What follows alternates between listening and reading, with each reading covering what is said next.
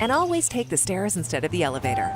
But then bone-on-bone knee pain got in the way and affected his mobility. It became too painful to even go for walks. And when it seemed like John's only option was knee replacement surgery, a friend told him about the Joint Relief Institute and their affordable, non-surgical knee pain relief. John met with the Joint Relief Institute and discovered their lubricating gel treatment could rejuvenate his lost cartilage. Safe, effective, no surgery. Long story short, John is now back to being active without pain or medication. There is an alternative to knee replacement surgery. Stop living in pain. Call the Joint Relief Institute today, 708-315-6800, or visit jointreliefinstitute.com. Locations in Glenview, Oak Brook, and Orland Park. That's 708-315-6800. Medicare and most private insurance plans accepted. Reclaim your mobility with the Joint Relief Institute. The following is a paid political announcement. This is Kevin Coyne, Chairman of the DuPage County GOP. I am inviting you to our Lincoln Day dinner on Friday, February 27th at Abington Banquets in Glen Ellen. We will feature keynote speaker and national political commentator Tudor Dixon. Enjoy an evening of camaraderie, great food, and Republican unity. Sponsorship packages are available. Purchase tickets today at DuPageGOP.com. Paid for by DuPage County Republican Central Committee.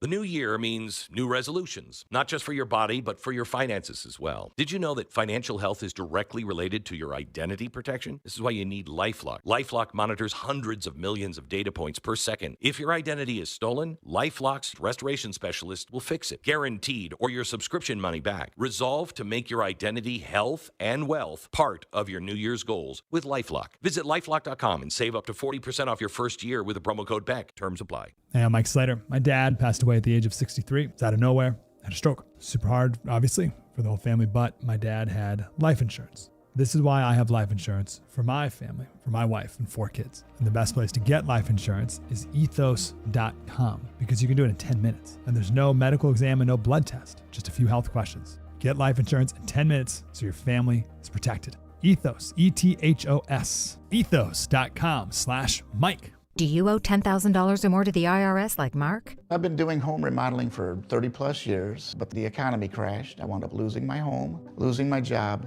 and on top of that, owing the IRS a ton of money.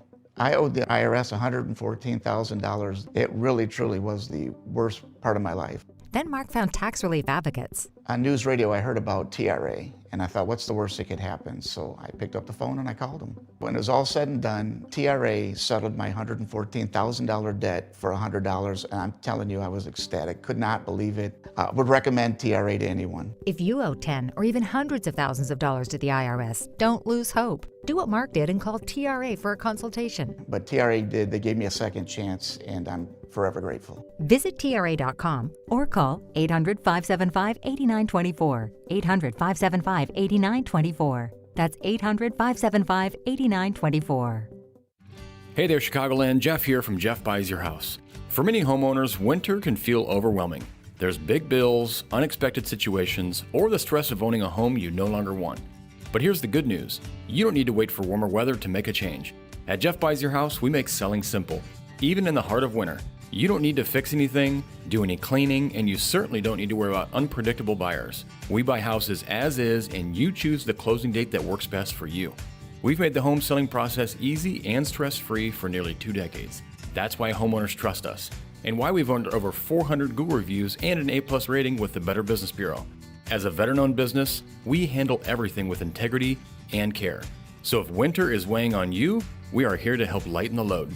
Call us at 630-895-9530. That's 630-895-9530 or jeffbuysyourhouse.com and get your offer today. At Signature Bank, going the distance for business banking customers is what we do every day. We understand that business owners have a strategic mission, a drive to succeed, a plan for growth, and don't have time to wait for a bank to respond. With Signature Bank, you not only have a banking partner that has roots right here in Chicago, but our decisions are made locally too. Signature Bank knows that when you have a question or problem about your business, you want answers. You need someone who will pick up the phone or respond to your text. You need someone who is always there for you. That's Signature Bank. We are a team that wants to get to know you and your business. Want to be Signature Bank's next success story? Give us a call today at 773-467-5630 or visit us online at signaturebank.bank. Member FDIC, Equal Housing Lender. Wesley Financial Group is not a law firm. Ask yourself this question. Is it really worth holding on to that timeshare that you know you need to get rid of? Here's the truth. The average maintenance fee just went up over 17%. That could have been 117%, and there's nothing you can do about it. When you buy a timeshare, you give them a blank check for annual maintenance and assessment fees. I'm Chuck McDowell, founder of Wesley Financial Group. For 15 years, I've helped over 50,000 families cancel their timeshare. Not sell it, not transfer it, cancel it. Did you buy a timeshare because they told you it was a great investment and your maintenance fees would never go up? That's a lie. Are you ready to get rid of your timeshare once and for all? Simply call us and I'll send you our timeshare exit kit that explains all your options for cancellation. Call Wesley now for your timeshare exit kit. 800-682-3311. That's 800-682-3311. 800-682-3311. Making the switch to a new communications and IT company may seem like a big ordeal, but if you're not getting the reliable support, consistent internet, and secure solutions your company needs, meet Access One, your local Chicagoland IT experts. Access One has been powering Chicago businesses with secure, reliable IT solutions for over 30 years from our headquarters right here in the West Loop. Whether it's VoIP phones, dedicated internet, managed cybersecurity, cloud backups, or 24/7 support, Access One is here for you. Serving thousands of companies from Naperville to the North Shore, Access One is Chicago-owned and Chicago-run, a trusted IT partner for law firms, clinics, tech startups to manufacturers. We'll make the switch easier than you think. Let's talk. Call 800-804-8333 or visit accessoneinc.com. Rated top 5% in customer satisfaction and a Better Business Bureau A+ rated business. That's accessoneinc.com. Tech made personal, locally. As a local business owner, you get called every week by marketing companies. We get it. We have hundreds of satisfied customers. Here's what a satisfied client recently said. Open enrollment is going great. We're hitting record numbers. Thank you so much for this report. It really is amazing to see how the marketing is really shaping our enrollment around the city. Salem Surround. Is your business hard to find online? Meet with a digital marketer today for ideas that will make your business stand out. Visit salemsurround.com. This news alert is brought to you by Secure Controls Incorporated. With no signs of retail theft slowing down, organized retail crime now impacts the overall economy with losses trending toward over $150 billion by 2026. It's important now more than ever to send a message to thieves. If you're a VP or Director of Loss Prevention or Asset Protection, you already are aware of these alarming statistics. How can you protect your inventory and get back to rising profitability? It only takes one click to secure.com. That's SE-KURE.com. With active anti-theft security solutions and products from Secure Controls, you're assured state-of-the-art protection of your merchandise. Secure will keep thieves second-guessing and provide peace of mind to your employees. Check out our products manufactured in the USA. From electronic sensors and alarms to mechanical and clothing security to customized solutions, we're the original inventors of anti-shoplifting products. Request our product catalog today at secure.com, SE-KURE.com, or call 800-250-9265. Need a little hope in your life? Listen to Truth for Life with Alistair Begg every weekday morning starting at 7:30 a.m. on our sister station, AM 1160. Hope for your life. Now, your official weather forecast from the Air Right Heating and Cooling Weather Center. Today, expect a mix of sun and clouds with snow moving in later in the day, leading to potentially slippery travel conditions. The high will reach 26 degrees. Tonight, anticipate intermittent snow and flurries with 1 to 2 inches of accumulation expected. Road conditions will worsen, so plan for a slow and slippery morning commute. The low will be around 24 degrees. I'm meteorologist Jason Caterina on AM 560, The Answer. Get the latest weather, traffic, and news updates online at 560theanswer.com. Portions of the following show may be pre-recorded. This hourly segment is brought to you by Goldilocks, offering smart security systems to homes and businesses. Call Goldilocks at 708-889-5600. Now, from the Signature Bank Studios, this is Chicago's Morning Answer with Dan Proft on AM 560. The Answer.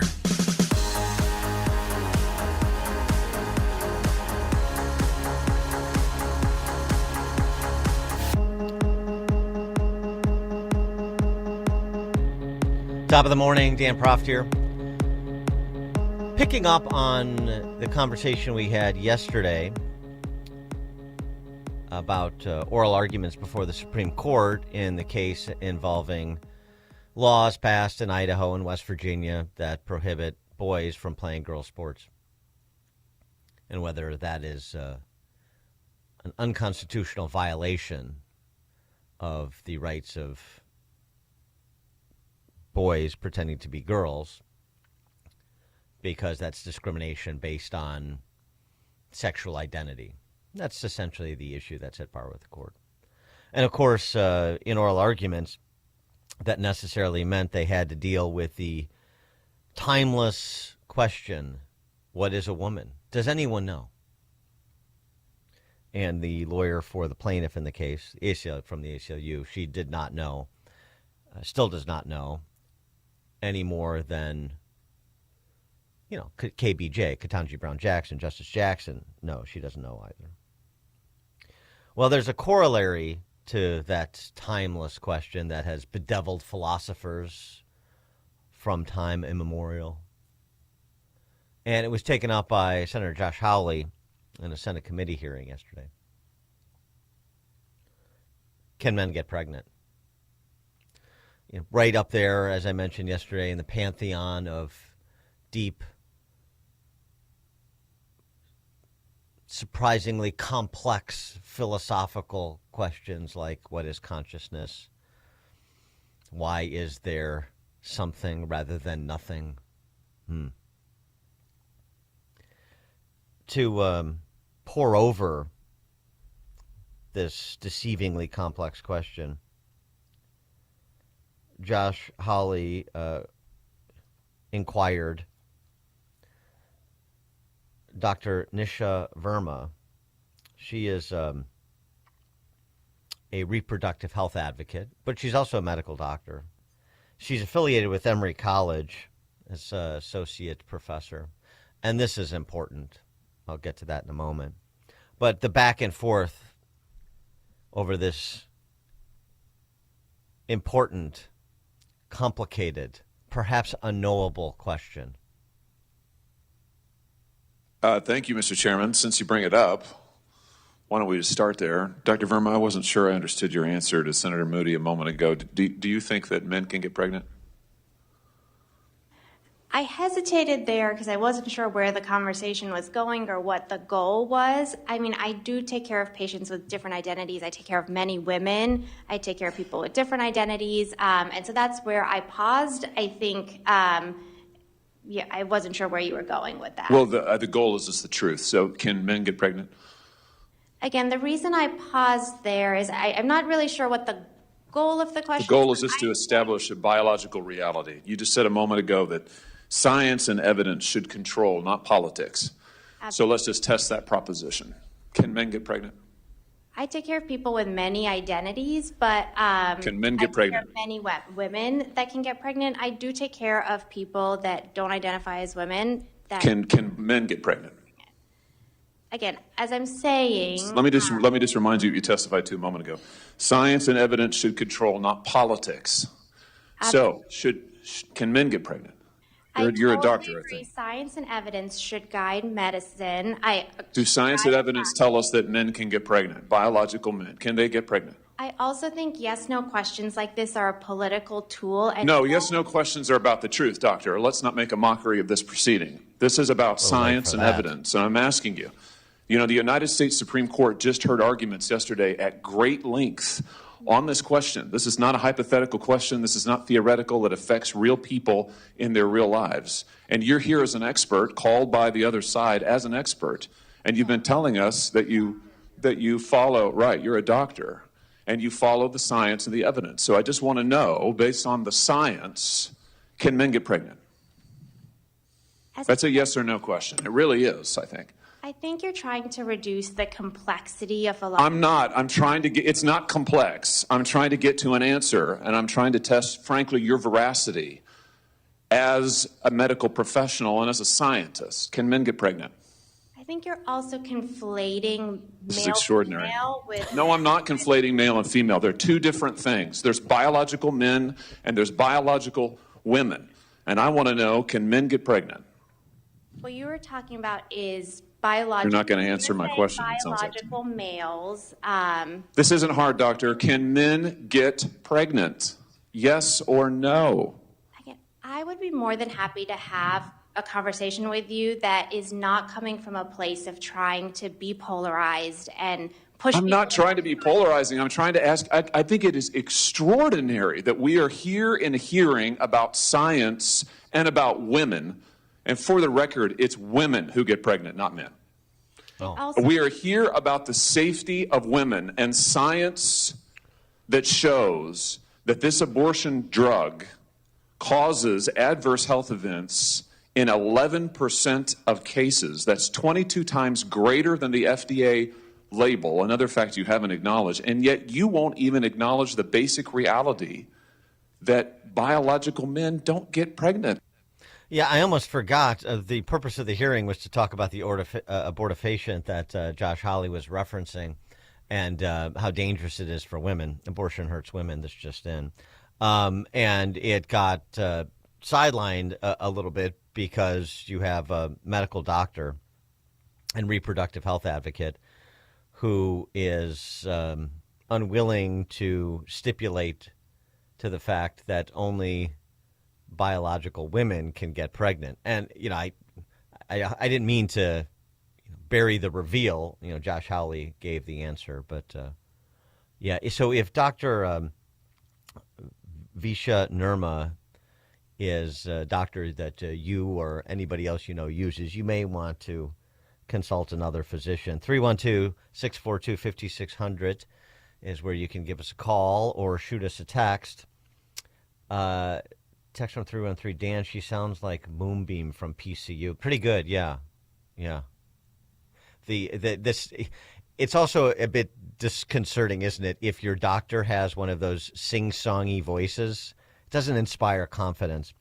I'll tell you, this has been going on for some time, and we've been covering it for some time. And this is important because I think the practice of medicine, the quality of our medical professionals is important to the quality of everybody's health care. I don't think that's in controversy either. I don't think that's deceivingly complex. I think that's axiomatic. And nobody has been more outspoken on this than Stanley Goldfarb, who's a former associate dean of curriculum at the University of Pennsylvania's Perelman School of Medicine. And as I mentioned, she's I think I said associate, but this Dr. Verma is a adjunct professor at Emory University School of Medicine. Shockingly.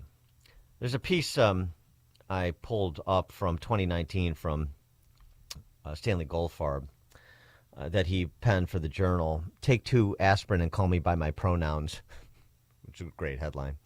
Talking about, and he has been beating this drum about what is happening at medical schools as in the undergraduate life of these alleged institutions of higher learning. But it's, of course, more serious to have a DEI doctor than it is a DEI docent at the Art Institute, right?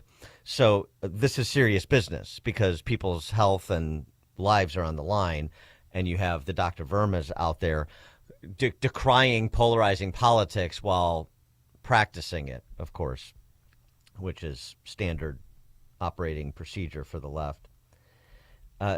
Why have medical schools become a target for inculcating social policy when the stated purpose of medical education since Hippocrates has been to develop individuals who know how to cure patients? That's a question Stanley Goldfarb posed in his piece. A new wave of educational specialists is increasingly influencing medical education. They emphasize social justice that relates to healthcare only tangentially. This approach is the result of a progressive mindset that abhors hierarchy of any kind and the social elitism associated with the medical profession in particular. He was really diagnosing the problem and the potential consequences of this virus that was afoot. Where will all this lead? Medical school bureaucracies have become bloated, as they have in every other sphere of education. Curricula will increasingly focus on climate change, social inequities, gun violence, bias, and other progressive causes only tangentially related to treating illnesses. and so will many of your doctors in coming years. Meanwhile, oncologists, cardiologists, surgeons, and other medical specialists are in short supply. The specialists who are produced must master more crucial material, even though less and less of their medical school education is devoted to basic scientific knowledge. You know, like who can get pregnant. If this country needs more gun control and climate change activists, medical schools are not the right place to produce them. Or trans activists, I would add. It's going on for a long time. And Josh Hawley's comment after that back and forth with Dr. Verma at the end of his time questioning her, it's really salient because and not just the moral indignation, but and the corrosive, as you'll hear him discuss, the corrosive impact that people like Dr. Verma have on the practice of medicine. But also, he makes an utterance that I this is a drum I keep beating because it needs to be beaten. He makes an utterance. He thought something, and he was wrong. There's a difference between biological men and biological women. I don't know how we can take you seriously and your claims to be a person of science if you won't level with this on this basic issue. I thought we were past all of this, frankly. I can't believe we're still here talking about this. I am a person of science, and I'm also someone here who's here to represent the complex experiences of my patients, and I don't think polarized language or questions serve that goal. I don't think they serve the American people. It is not polarizing to say that there is a scientific difference between men and women, and I want this to be clear and for the record. It is not polarizing to say that women are a biological reality and should be treated and protected as such.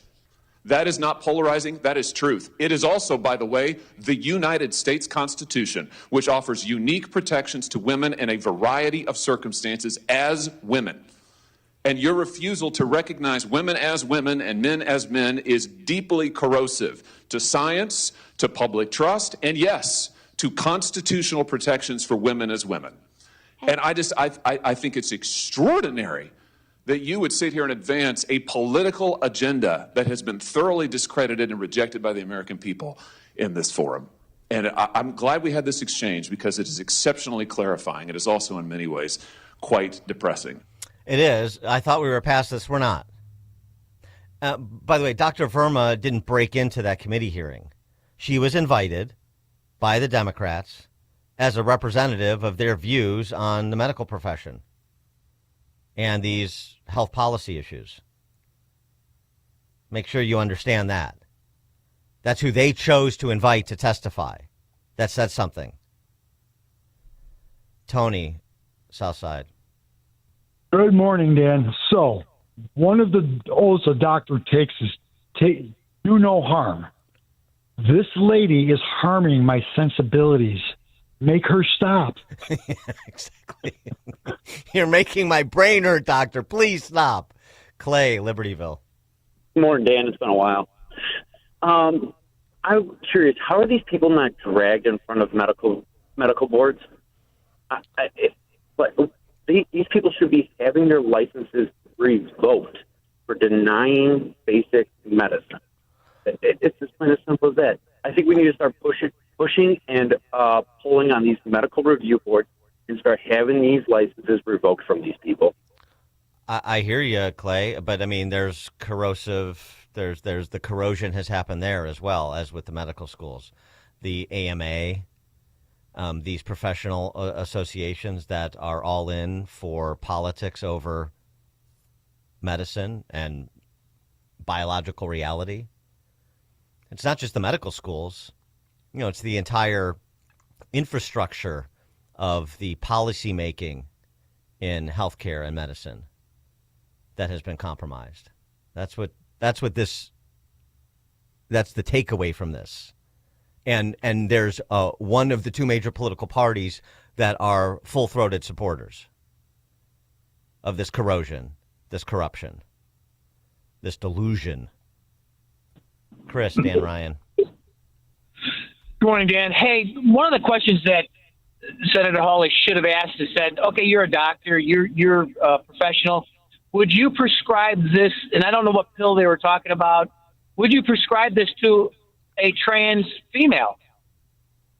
right? Think about that. I mean, she's all in on this stuff, and she can't give you the answer to it. Then, okay, then prescribe this medicine they're talking about to this trans woman that is a man. See what happens. Thanks for the call, Chris. All right. Well, I'm not sure that when we come back, I'm going to make Tony from the South Side's head hurt any less, because we're going to take up what Minnesota Governor Tim Walz had to say in his televised address to the good people of the land of 10,000 lakes, and also discuss the details of another ICE-involved shooting, thankfully not a fatal one this time. Now we check the headlines. Good morning. It is 17 degrees here in Chicago on AM 560 The Answer. I'm Stace Keene in the QC Kinetics newsroom. Chicago Mayor Brandon Johnson says President Trump's threats to suspend federal funding to sanctuary cities and states is illegal. The city of Chicago receives about $3 billion in federal grant funding each year, and those are funds that the president says will be stopped as of February 1st. Officials say the consequences of losing that funding here in Chicago would be widespread and devastating, hitting everything from transportation to public safety. Police say they've discovered the weapon used by murder suspect Michael McKee in his condo here in Chicago. According to reports, Columbus, Ohio authorities found multiple weapons inside McKee's Lincoln Park area home. McKee was arrested on Saturday in Rockford, Illinois. He's currently being held in a Winnebago County jail pending extradition to Ohio. This report is a service of People's Gas Energy Efficiency Program. The People's Gas Energy Efficiency Program provides energy-saving tips and rebates to help keep the warmth and savings in this winter. Visit peoplesgasdelivery.com/rebates because the warmest things in your house are the things that make home feel like home. Hugh Hewitt explains our involvement in Venezuela. They are not generating any revenue from their oil right now.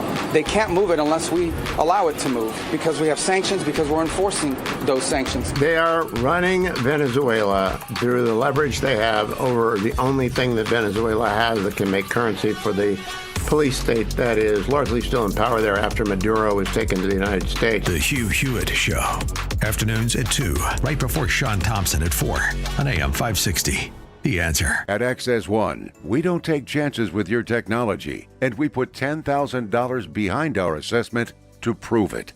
Our mission is to strengthen your IT security and resilience, backed by over 30 years of experience, serving organizations across the Midwest. And here's the deal. If we can't find even one measurable way to improve your technology or security posture based on NIST or CIS security frameworks, we'll write you a check for $10,000. This free, confidential risk assessment is available for businesses with 25 to 500 employees and is designed to validate your IT performance against recognized security regulations. No gimmicks, just a confident promise from a partner who knows technology. Ready to take the challenge? Visit accessoneInc.com/challenge or call 800-654-1555. Certain conditions apply. See details online.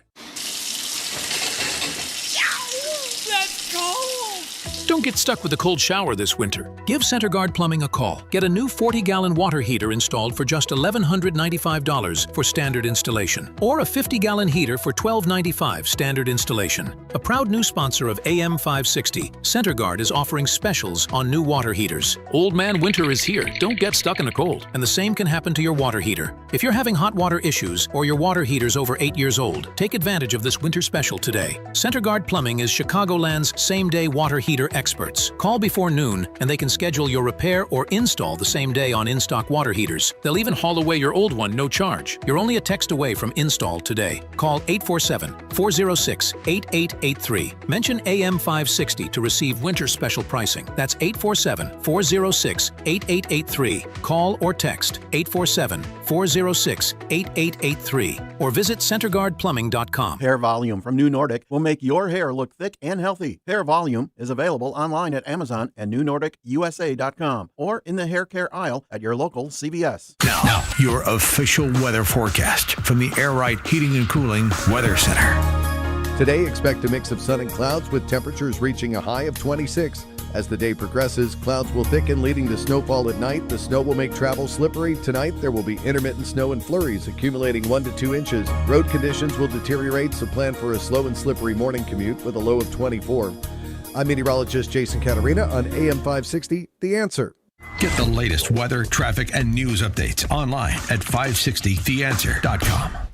This hourly segment is brought to you by Goldilocks, offering smart security systems to homes and businesses. Call Goldilocks at 708-889-5600. Now, from the Signature Bank Studios.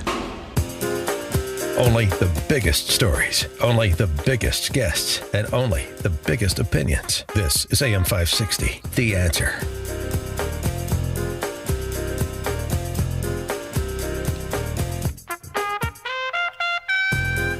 Top of the morning, Dan Proft. A little compare contrast here in terms of comments in the wake of the Renee Good ICE-involved shooting, her death, and what Tim Walz, Field Marshal Tim, the outgoing governor of Minnesota, had to say in a televised address yesterday. The televised address was for the purpose of calling on Trump and Kristi Noem to end the occupation of Minnesota. A cessation of hostilities between the state of Minnesota and the federal government. Of course, who is fomenting those hostilities? Tim Walz and that rabble on the streets of Mogadishu, Minnesota in particular. This is what Tim Walz said. I mean, this is frankly all you need to hear him say. The only thing you need to focus on in his address to Minnesotans yesterday was this. This is the depths to which people like Tim Walz will sink. He is a bad person. In addition to being a doofus, he is a bad person. Federal government is raining down upon our communities. 2,000 to 3,000 armed agents of the federal government have been deployed to Minnesota. Armed, masked, undertrained ICE agents are going door to door, ordering people to point out where their neighbors of color live.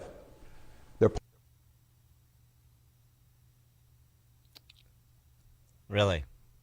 That's what they're doing. I mean, you know, it's not enough to call them racists and Nazis and all the rest, disappearing people. To accuse them of operating as death squads, which is essentially the implication. Door to door, the only consideration was race. And we heard rhetoric like this from BLM Brandon and J.B. Pritzker.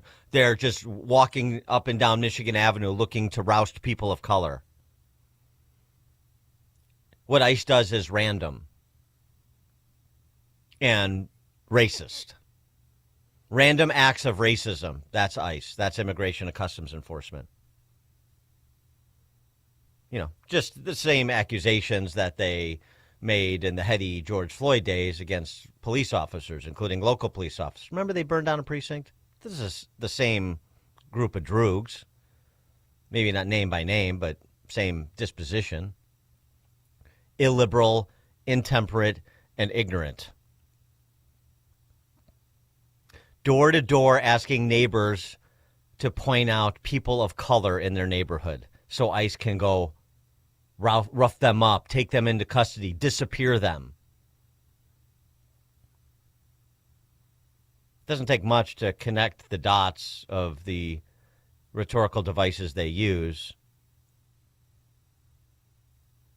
312-642-5600 is our call-in and text line if you want to chime in.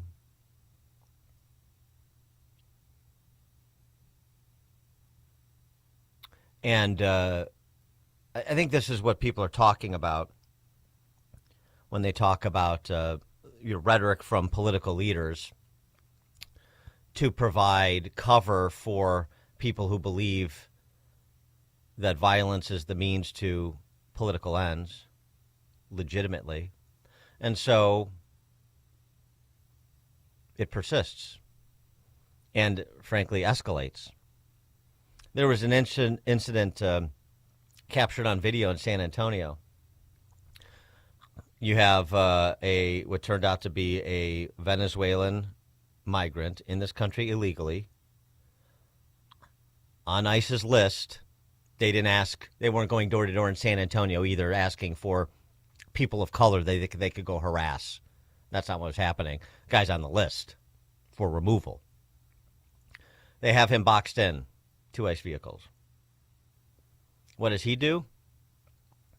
Backs up and rams one of them to try to get away. Then can't move the SUV behind him.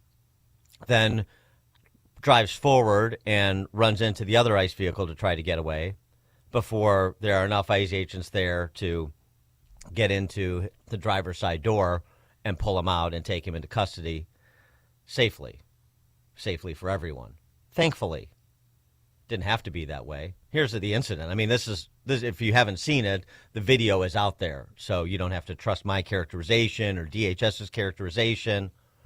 You know, for all of those who running around, the video is obvious. And by the way, we've got new information about the Renee Good incident too. We'll share in just a moment. But for the video. Okay, well, let's look at the video. Whoa! Troopers, Texas police. Come out of the car. Come out of the car. Come out of the car. Open the window. Yo, he's in proceedings. He's good to go. Let me get my break. Lower the window. Watch out behind you. Watch out. Holy. Watch out in front of you. Watch out in front. Get out of the car. Get out of the car. Watch it. He's got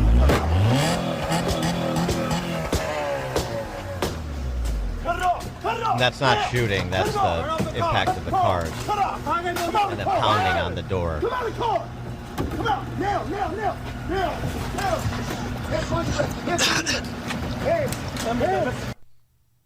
So they take him into custody. Todd Lyons, acting ICE director, we've spoken to many times in this show, on Hannity last night, reacting to that incident in San Antonio. Yeah, Sean, unfortunately, when we hear elected officials calling upon individuals to impede or obstruct, ICE law enforcement operations nationwide, you're going to see incidents like this.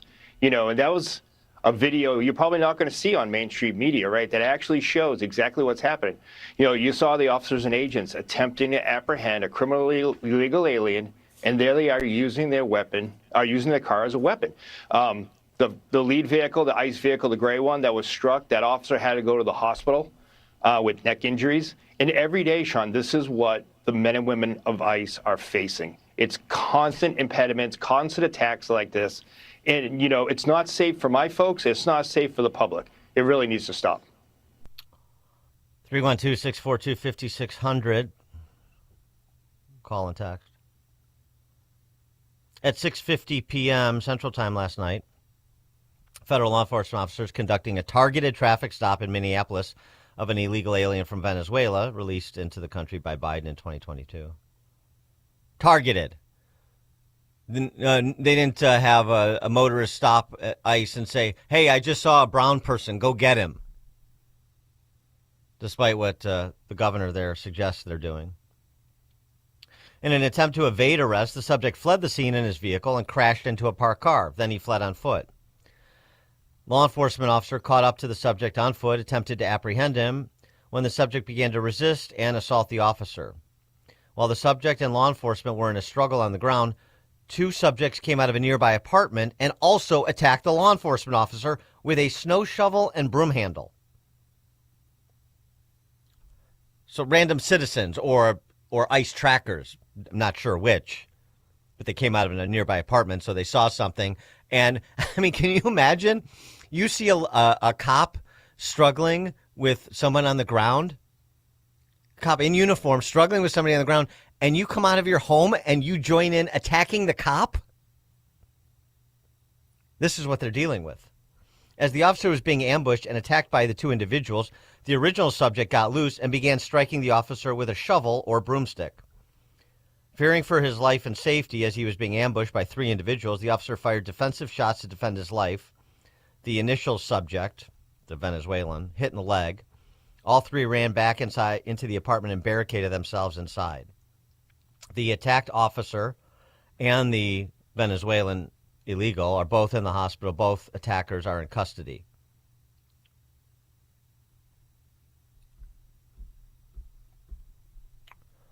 Bob, Buffalo Grove.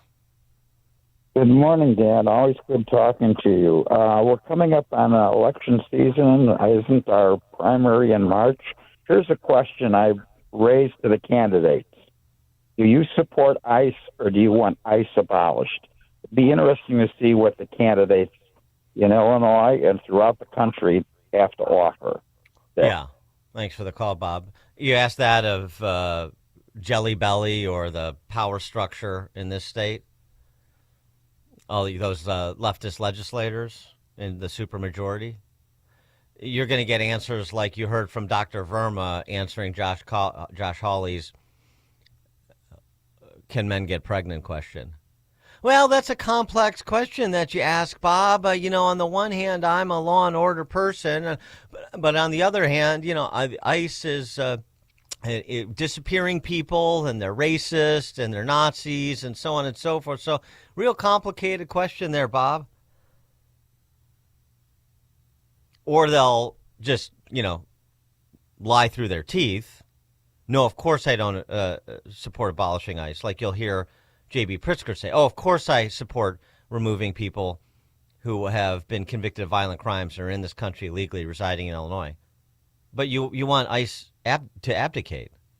But you're a sanctuary state. So who is going to remove those people you say should be removed? You, Jelly Belly? Of course not. It's completely disingenuous. That's why I have so much more respect for Ayanna Pressley, Francis Parker Spice from Massachusetts, or that Sri Thanador guy from Michigan, congresswoman from Michigan, who's introducing legislation to abolish ICE. At least they're honest about their positions. That's the same position that J.B. Pritzker has substantively if you watch what he does and says, regardless of the position he's taking, because he knows to say I abolish ICE would marginalize his support. Michael Bahrain has a good piece in Liberal Patriot about this, too. Abolish ICE is a dead-bang loser for the left, which is why only the most safe and strident among them will say it out loud. But the rest of them are going along. It's effectively their position on the substance of what they do, which is all that matters. Steve and Elsa. Morning, Dan. I think it's time we flip the script on our approach to this. It's always trying to do corrective measures after we go after, or the ICE goes after apprehending illegals. And it paints a bad picture. I think they need to give people the option. Which person would you like to defend today? This rapist, this pedophile, or this guy committed murder? Which one are you guys going to defend today? Asking the question to the protesters that make it so difficult for these officers to perform their job. And I know you got to break a couple eggs to make an omelet, and you don't want to notify these people that the ICE agents are on the way. But give them an opportunity to say, which one do you want to liberate? Which one would you like to have walking in your neighborhood, going out with your daughter, putting up in your house? Is it which one it is? Let's give you the option. Yeah, no, I agree. Thanks for the call, Steve. I mean, I've said this before, too. How about the ones in custody? So you're not tipping anybody off. Ones in custody that have been apprehended. So should this guy stay or go? Should he be returned to where he was picked up, or should he be deported? This convicted rapist, child predator, murderer. Stay or go. I agree about you have to flood the zone with the people that are indisputable public safety threats, repeat violent offenders in this country legally. You have to flood the zone with those profiles and those stories, and also flood the zone with the stories of the victims and the victims' families. Don't forget about them. What do you have to say to Laken Riley's family? What do you have to say to Joe Abraham and his family? What do you have to say to Rachel Morin and her family? What do you have to say to the Claytons out and their family out in Clay County? I think it was Clay County, where they were killed by a DUI driver. Remember that couple? A Clay County board member and his wife killed. What do you have to say? Hey, too bad, so sad, but we had to sacrifice you on the altar of open borders? Is that the answer? I don't know what the answer is, but you're absolutely right. Politicians supporting these open borders, anti-law and order, and chaos policies should be point blanked with those questions. Specific, concrete, human stories, 100%. By the way, after that, what I told you, just read to you from DHS, after that happened last night, that ICE officer-involved shooting, you had rioting that occurred in the area. You had ICE vehicles that were broken into and vandalized. You've perhaps seen pictures, F-ICE spray painted on these vehicles. They're ransacked. You had these Jacobins loot what the contents of the cars, including weapons, ammo, and even a list, which ironically undermines the claims that Walz and other politicians, Pritzker like him, have made, had a list of people that were on ICE's apprehension to-do list, and maps and the names and information, phone numbers of FBI officials. This was reported. There's video of these people who broke in. Then they showed the document that they obtained from one of the vehicles where they ransacked, and the contents of that document in general terms.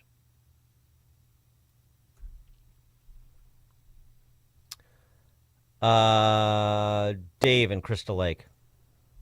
Well, good morning, Dan. Hey, I just assume that these two thugs who attacked the officer last night, they're charged with federal crimes, not local, and they'll be prosecuted by federal prosecutors. The people. I'm sorry. Which people will be state or federal? The two guys who attacked the federal officer. Oh yeah, no, federal charges for sure. Yes. And what would a charge like that carry? It sort of depends on whether or not you could make out a case that this was the officer had a reasonable fear for serious bodily harm or death, which. No, not in terms of him protecting himself. Them just being charged with battery of a federal officer. Right, but the question is it battery or is it attempted murder? Assault, yeah. Yeah, but I mean, you're talking about. I mean, we talked about this with Andy McCarthy yesterday. Thanks for the call, Dave.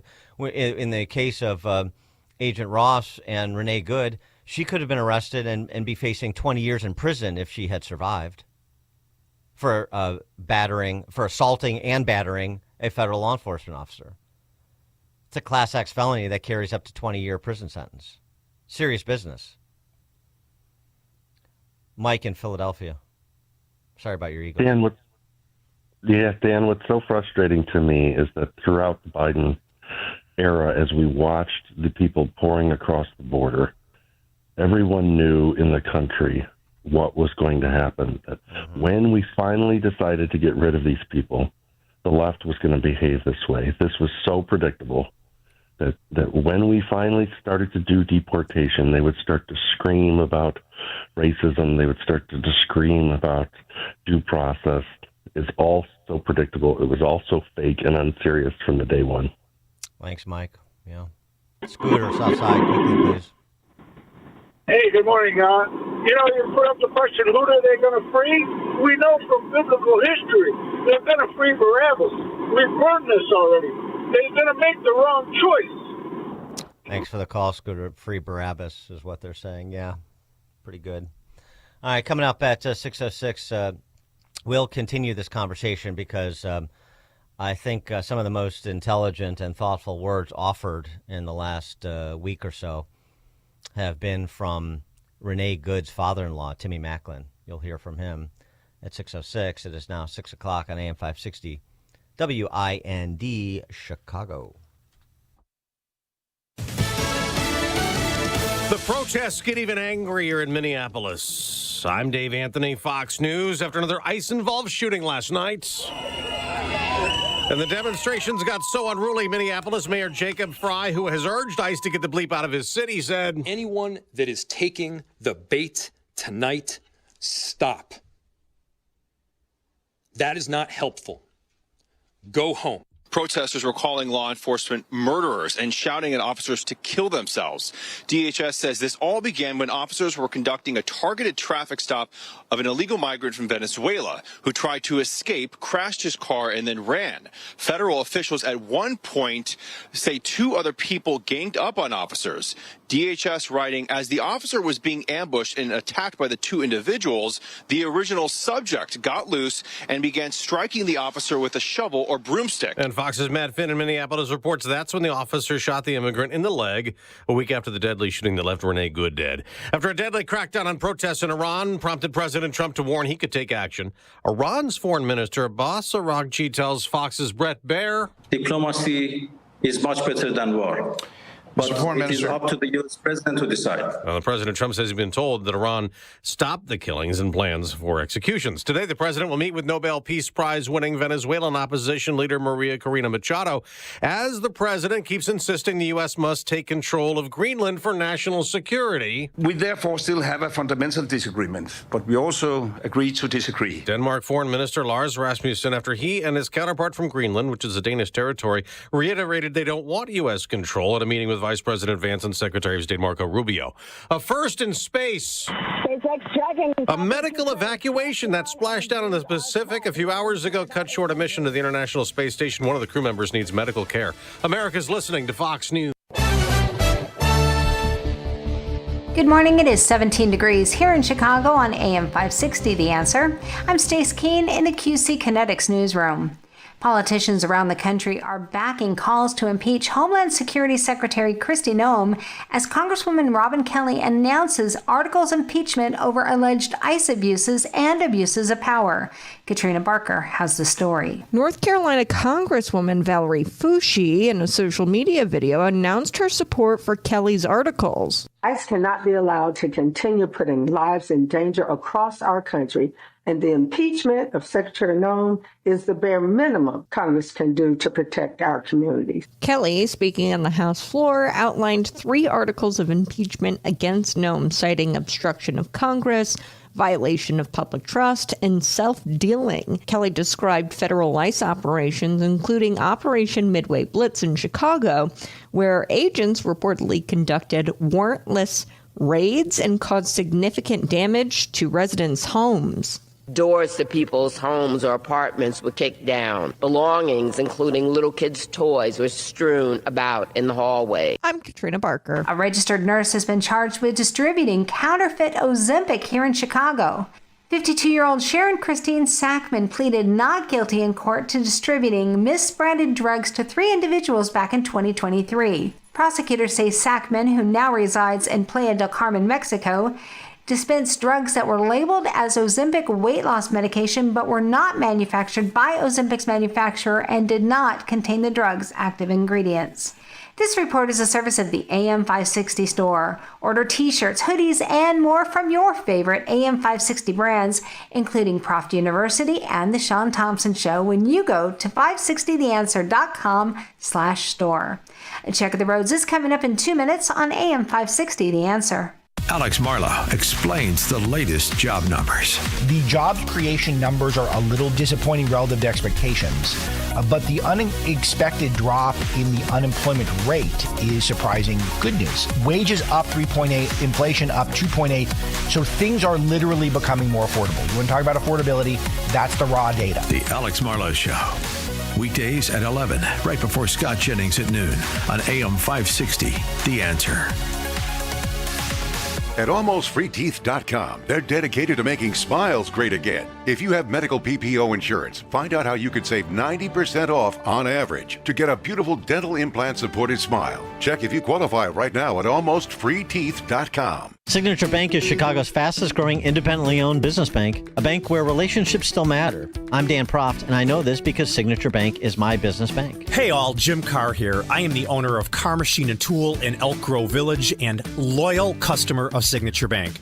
As a second-generation owner, I knew I had to shift from operating as an old-school machine shop to what I can proudly say is now one of the fastest-growing aerospace manufacturing facilities in the region. Signature Bank was there every step of the way through our expansion efforts, including financing our new state-of-the-art facility. Their valuable industry expertise and constant communication throughout the construction process made our vision possible.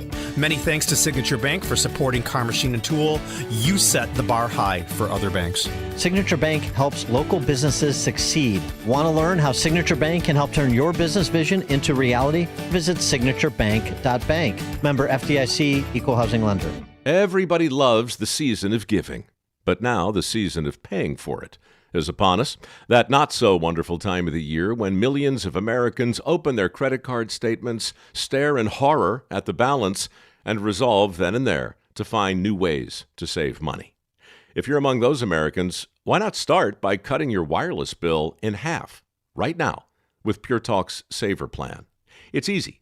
You'll get unlimited talk, text, and 3 gigs of high-speed data on a super-fast, nationwide 5G network for just $20 a month. Just dial pound 250, say Mike Rowe, and you'll save an additional 50% off your first month. Ho, ho, ho! And if you're active or former military or a first responder, you'll save an additional 20% every single month. That's pound 250. Say Mike Rowe for the gift that keeps on saving from America's wireless company. Pure Talk. Want to see if you could pay less in taxes? Try the quick and easy tax calculator at willsave.com. Yes, a free tax calculator. That's WILSAVE.com. Calculate how you could keep more of your hard-earned money and give less to Uncle Sam, especially in retirement.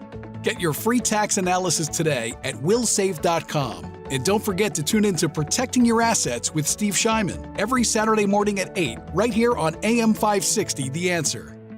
When you can no longer handle your own home, Hearthstone Assisted Living at the Lutheran Home in Arlington Heights is here to help make life easier. Experience upscale living with comprehensive health services. We offer fine dining, engaging activities, available chaplains, weekly worship services, and quality amenities including a bistro, expansive library, and general store. For a limited time, mention WYLL for an additional discount. Call 847-595-5024 or visit LutheranLifeCommunities.org. Sign up for the AM 560 Answer Advantage to get early alerts on event ticket sales, special discounts, and contest opportunities. Sign up today at 560theanswer.com/advantage.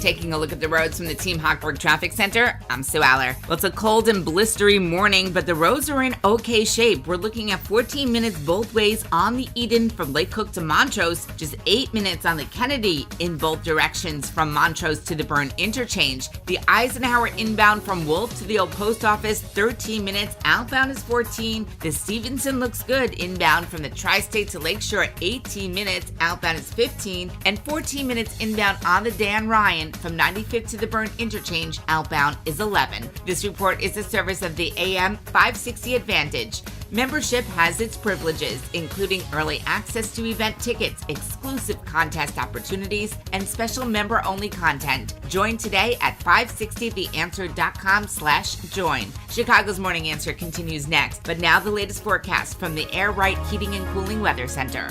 Today, expect a mix of sun and clouds with temperatures reaching a high of 26. As the day progresses, clouds will thicken, leading to snowfall at night. The snow will make travel slippery. Tonight, there will be intermittent snow and flurries, accumulating 1 to 2 inches. Road conditions will deteriorate, so plan for a slow and slippery morning commute with a low of 24. I'm meteorologist Jason Catarina on AM 560, The Answer. Get the latest weather, traffic, and news updates online at 560theanswer.com. This hourly segment is brought to you by Forever Remodeling, stress-free and high-quality remodeling. View their stunning transformations online at the number 4everremodeling.com. Now, from the Signature Bank Studios, this is Chicago's Morning Answer with Dan Proft on AM 560, The Answer.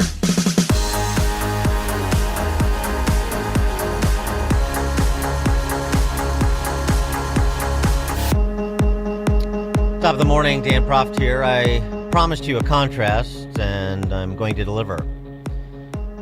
Before the top of the hour, we were talking about the comments from Field Marshal Tim, the outgoing governor of Minnesota, where he was engaged in the customary demonization of ICE officers as a racist death squad, and did his best to give political license to those who are committing acts of violence against law enforcement officers,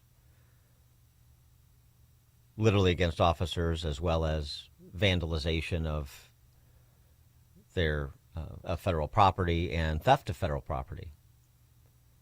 I mentioned these vandals filming themselves in terms of what they were able to steal when they ransacked an ICE car, an ICE vehicle. And here it is, which, by the way, as I said, just to prove up, cuts against this idea that there's anything random about what Immigration and Customs Enforcement is doing. In the original shooting that happened here tonight, the ICE agent vehicles that were parked on the street in the shooting, they had to leave their cars behind because they got surrounded by protesters. One of the ICE agent vehicles got broken into, and I found this paperwork. It has a list with FBI operation info. It's got full names of FBI agents, phone numbers, emails. There's maps on where they're staying, where they're holding immigrants. There's hotel names in there. There's judge names. This paperwork has people's full names and their emails. Operational posture. This is how they're supposed to stand and how they're supposed to handle protesters. This is the transport of immigration targets. This is a map showing you where they're taking immigration targets and instructions on how to get into the building, on what they're supposed to do on booking. I hope that federal law enforcement can track down these people who were so intelligent as to film themselves going over the information that they had illegally obtained. Okay. To the contrast of this element in our society. Timmy Macklin is the father-in-law of Renee Good. It's been reported that he's a Trump supporter. Trump was asked about this the other day when he was in Detroit, and that's when Trump said, she did some tough things that day, and so on and so forth. His translation: she made some terrible errors in judgment. Nobody wanted to see her die that day, but she made some terrible errors in judgment that forced the situation. Oh, and by the way, I should mention something I referenced but didn't document last hour. The reporting now is that Officer Ross, Agent Ross, the individual who shot and killed Renee Good, suffered internal bleeding in his torso area. For those continuing to contend, even after seeing the video, that the officer was not struck by the car, that he was in no danger of serious bodily harm. Okay. Now to the class act. Timmy Macklin on Renee Good's death, his daughter-in-law, the mother of his 6-year-old grandson.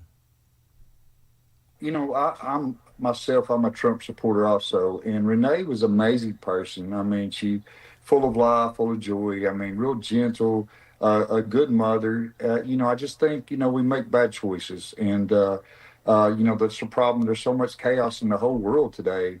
And that's what the Bible says: if my people would humble themselves and seek his face and pray and turn from our wicked ways, God will hear from heaven and forgive our sins and heal our lands. And that's what we need to do. We need to turn to God and walk in the Spirit of God and let him lead us and guide us. 312-642-5600 is how you give us a call or shoot us a text. A call for a turning to God. That's a useful call, particularly given the source that should have post-partisan appeal. Unfortunately, a majority of the left doesn't believe in God, so therein lies part of our problem. But he went on to avoid falling into the trap of ascribing blame and instead accentuate the positive and the path.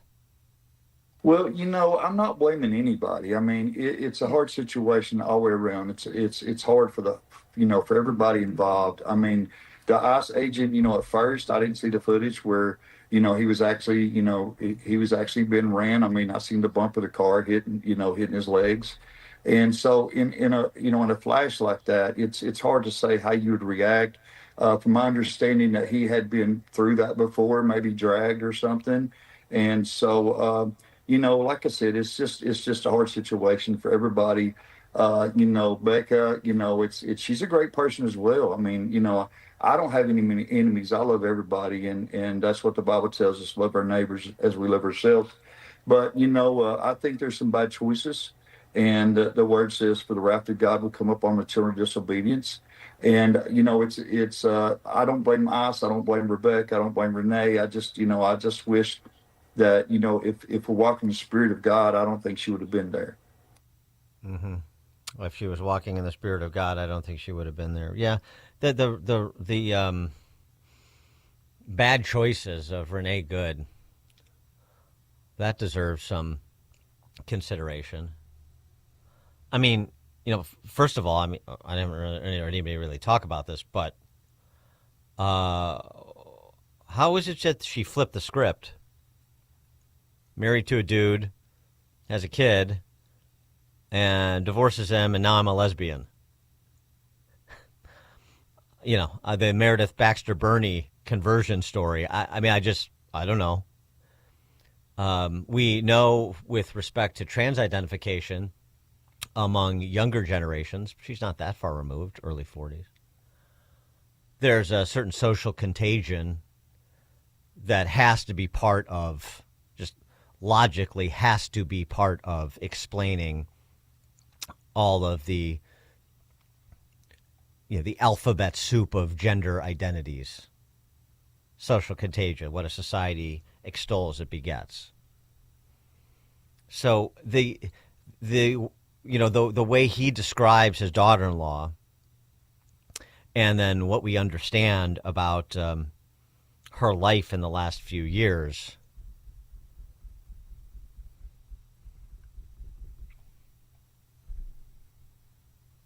social contagion / radicalization, political radicalization afoot here. I mean, they did flee to Canada after the 2024 election, her and her lesbian partner. Her neighbor recounted. Renee and her family, her wife and son, moved from Kansas City after the 2024 election, pretty much right after. And you said that's why you only knew them for the period of time you did. Why did they tell you they were leaving? They said they were getting away for a while before the inauguration. They were, I think they were a little afraid of what was to come. And they had the ability to get out, so they did. Mm-hmm. Politics and political activism, to be euphemistic about it, and political identity. I mean, I'm not trying to play armchair psychiatrist here, but it seems like there's a lot of evidence pointing to a certain consumption of Renee Good by politics, for lack of a better description. I mean, I raise this only because I think in part it's a cautionary tale. What Tim Acklin is describing about his former daughter-in-law, there seems to be a break. He describes who she was and how much he cared for her, and then that last line about if she had been walking in the Spirit of God, she probably wouldn't have been there on that day. Mark Oaklawn, you're on Chicago's Morning Answer. Hey, Dan, thanks for taking my call. Great show.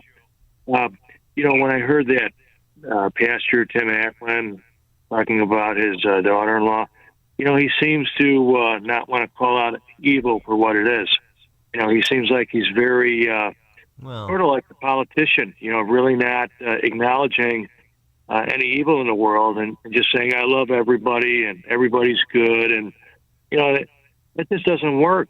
And secondly, I was going to say, Dan, whenever you get a chance, keep playing that video of Obama and Clinton talking about how they're going to abolish illegal immigration. It just shows the height of the hypocrisy of the left side. It's incredible that the way they pounce on Trump because he's trying to do his job, but these other two clowns get a pass. It's just incredible. Thanks for the call, Mark. I think you have to be a little bit more generous to Timmy Macklin. He clearly genuinely cared for his former daughter-in-law, and I think he's expressing that. And I think he doesn't want to get into the politics. He wants to focus on where we should be, and that's walking in the Spirit of God, as he mentioned. I don't think he has to defile himself by getting into the politics of it. He's fine where he's at, and it's fine. It's not only fine; it's very classy what he had to say, and thoughtful, and true. And so he wants to accentuate the good in his former daughter-in-law, even though he clearly said bad choices, and not get into being a political football. I understand that. I respect that. I think we should. In terms of the hypocrisy of previous presidents talking tough on illegal immigration in what is now the neo-Marxist party. Yeah, I mean, it certainly speaks to a hypocrisy, but even more to the point, it speaks to a devolution of that party. That party isn't the party it was under Bill Clinton. Not even the party it was under Barack Obama. That party is a revolutionary neo-Marxist party now.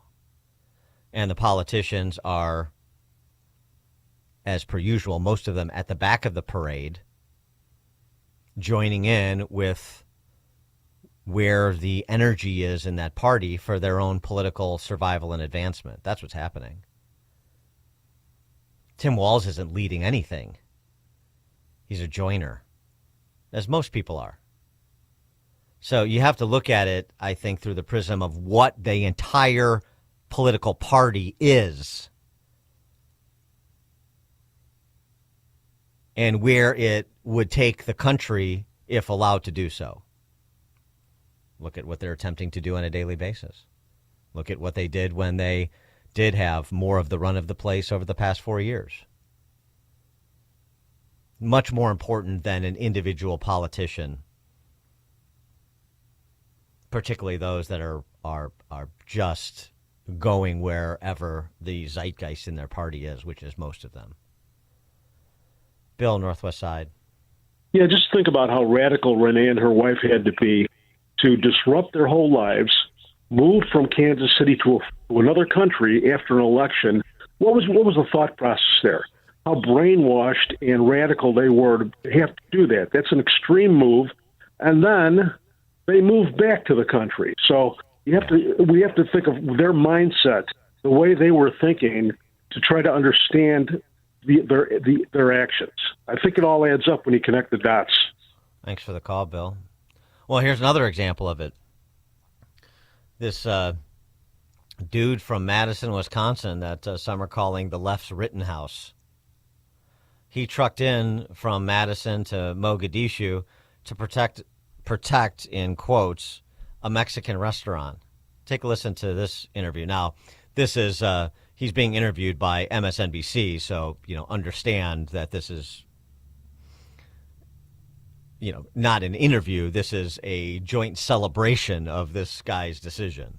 Paul, you came in from Madison, Wisconsin. That's a long drive. Help explain to me why you're here outside of this business right now. So I'm out here right now because this business put out a call for people to stand on this corner to watch the business for them. They've been really worried about reopening. They were shut down for the past 5 days after ICE was here, and they just aren't comfortable just doing this on their own.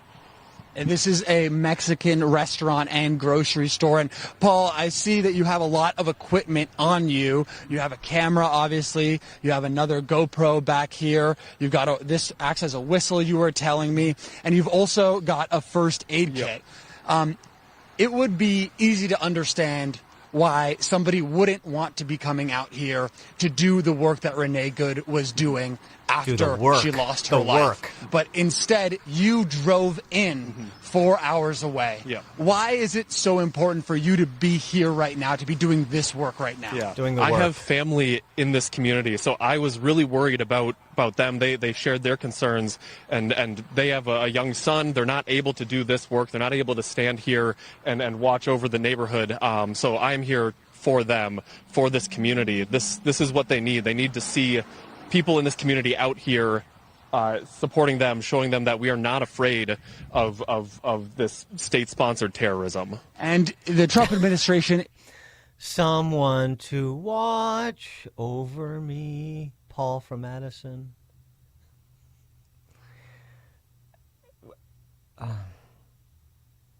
Doing the work. I have family in this community, and I mean, are they there illegally, Paul? Why do they have something to fear from ICE? I mean, you know, how are you going to deal with someone like that? One other story from yesterday I want to address, just because this will be bastardized and turned into something it isn't. You probably saw, some of you, the blaring headlines. Disabled woman taken into custody by ICE, and there's a picture of her being taken out of her car, and it's, of course, is being used and will be used as more evidence of ICE's heavy-handedness, these jackbooted thugs. And then if you see the actual video, go to the video again. Video. Everybody wants to look at the video. Okay, let's look at the video. You see ICE directing traffic so that ICE vehicles can then get through. So they're directing traffic. Everything is peaceful. I mean, there's all sorts of protesters there, and God knows what they're saying and doing and throwing. But ICE is just directing traffic to get their vehicles through and be on their way. She stops. And there's an exchange. You can't hear what the exchange is, but there's an exchange between her and ICE officers, and you can see them motioning, like keep moving, move. Let's go through. And she stopped, and she won't. And then they say, okay, well, I don't know what they said, but the attitude clearly was either you move or we're going to move you. And since she didn't move, they moved her and pulled her out of her car and took her into custody. And then we get, this. I want to move my car! I am disabled! I have a brain injury! Stay back. I am autistic and I have a brain injury! Put me down! I was just trying to get to the doctor and I'm autistic! It takes me I have a brain injury and I was just trying to get to the doctor. Well, then, why'd you stop? Because you're a brain injury, because you're disabled? I don't know the truth or falsity of that statement. I don't know. But I do know this from the New York Post that identified the individual. Alaya Rahman, a software engineer with a lengthy background in coding, and has been previously involved in all sorts of other movements, advocacy groups, a decade-long history with the Black Lives Matter movement.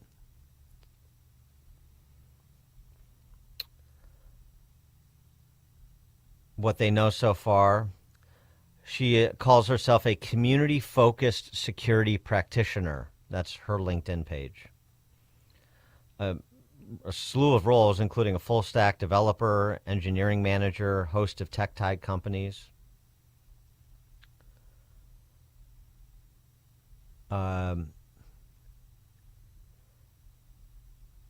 U.S.-born citizen moved to Bangladesh with her family shortly after the nation's liberation war against Pakistan ended in the early 70s. She told the outlet Tech for Social Justice She was guided by the quote-unquote revolutionary energy she observed during her tumultuous childhood. I got to see the country being put together. I grew up seeing garment workers, who were almost all women, protesting on the street. By the time she was 6 years old, Rama knew she was definitely different and later identified herself as genderqueer. She moved back to the U.S. for college, having determined she probably shouldn't stay in Bangladesh while she grappled with her queer identity.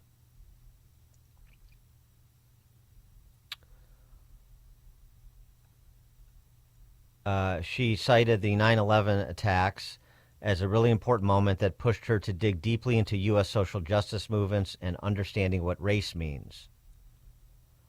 She said she looked around Indiana, apparently where she was at the time, saw that brown folks are used against black people. She dove into a relationship with a trans man. She found that becoming pretty involved in organizing was born out of necessity.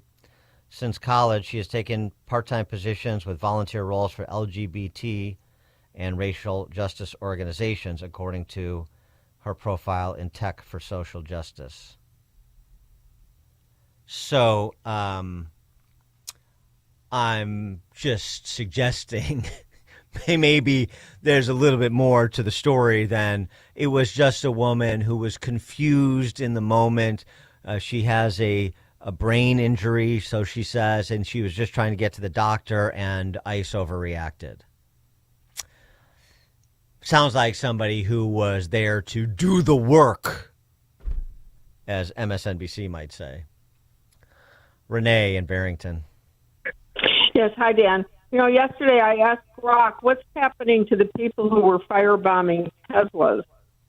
And one guy's serving 5 years in prison, and about a dozen or so are in court with pretty serious convictions. So it seems like we need to focus on the consequences. You know, Elizabeth Warren and her people are all singing these silly songs, but there are a lot of people who are going to pay the consequences. Thanks for the call, Renee. George, Naperville. Yes, Dan, I'm sure the Shrews on The View will not extend an invitation to that girl who hit the ICE officer's car. They won't have him on anytime soon, the father-in-law. Timmy Macklin, yeah. Thanks for the call. No, they're busy having Oprah on to talk about obesity. We'll get to that a little bit later in the show. That's fun. All right, coming up at 6:36, we'll turn our attention to taxation. And Brandon Johnson, BLM Brandon, weighed in on all the tax increases being contemplated in Springfield, which, of course, he believes all should be imposed. We'll see about that.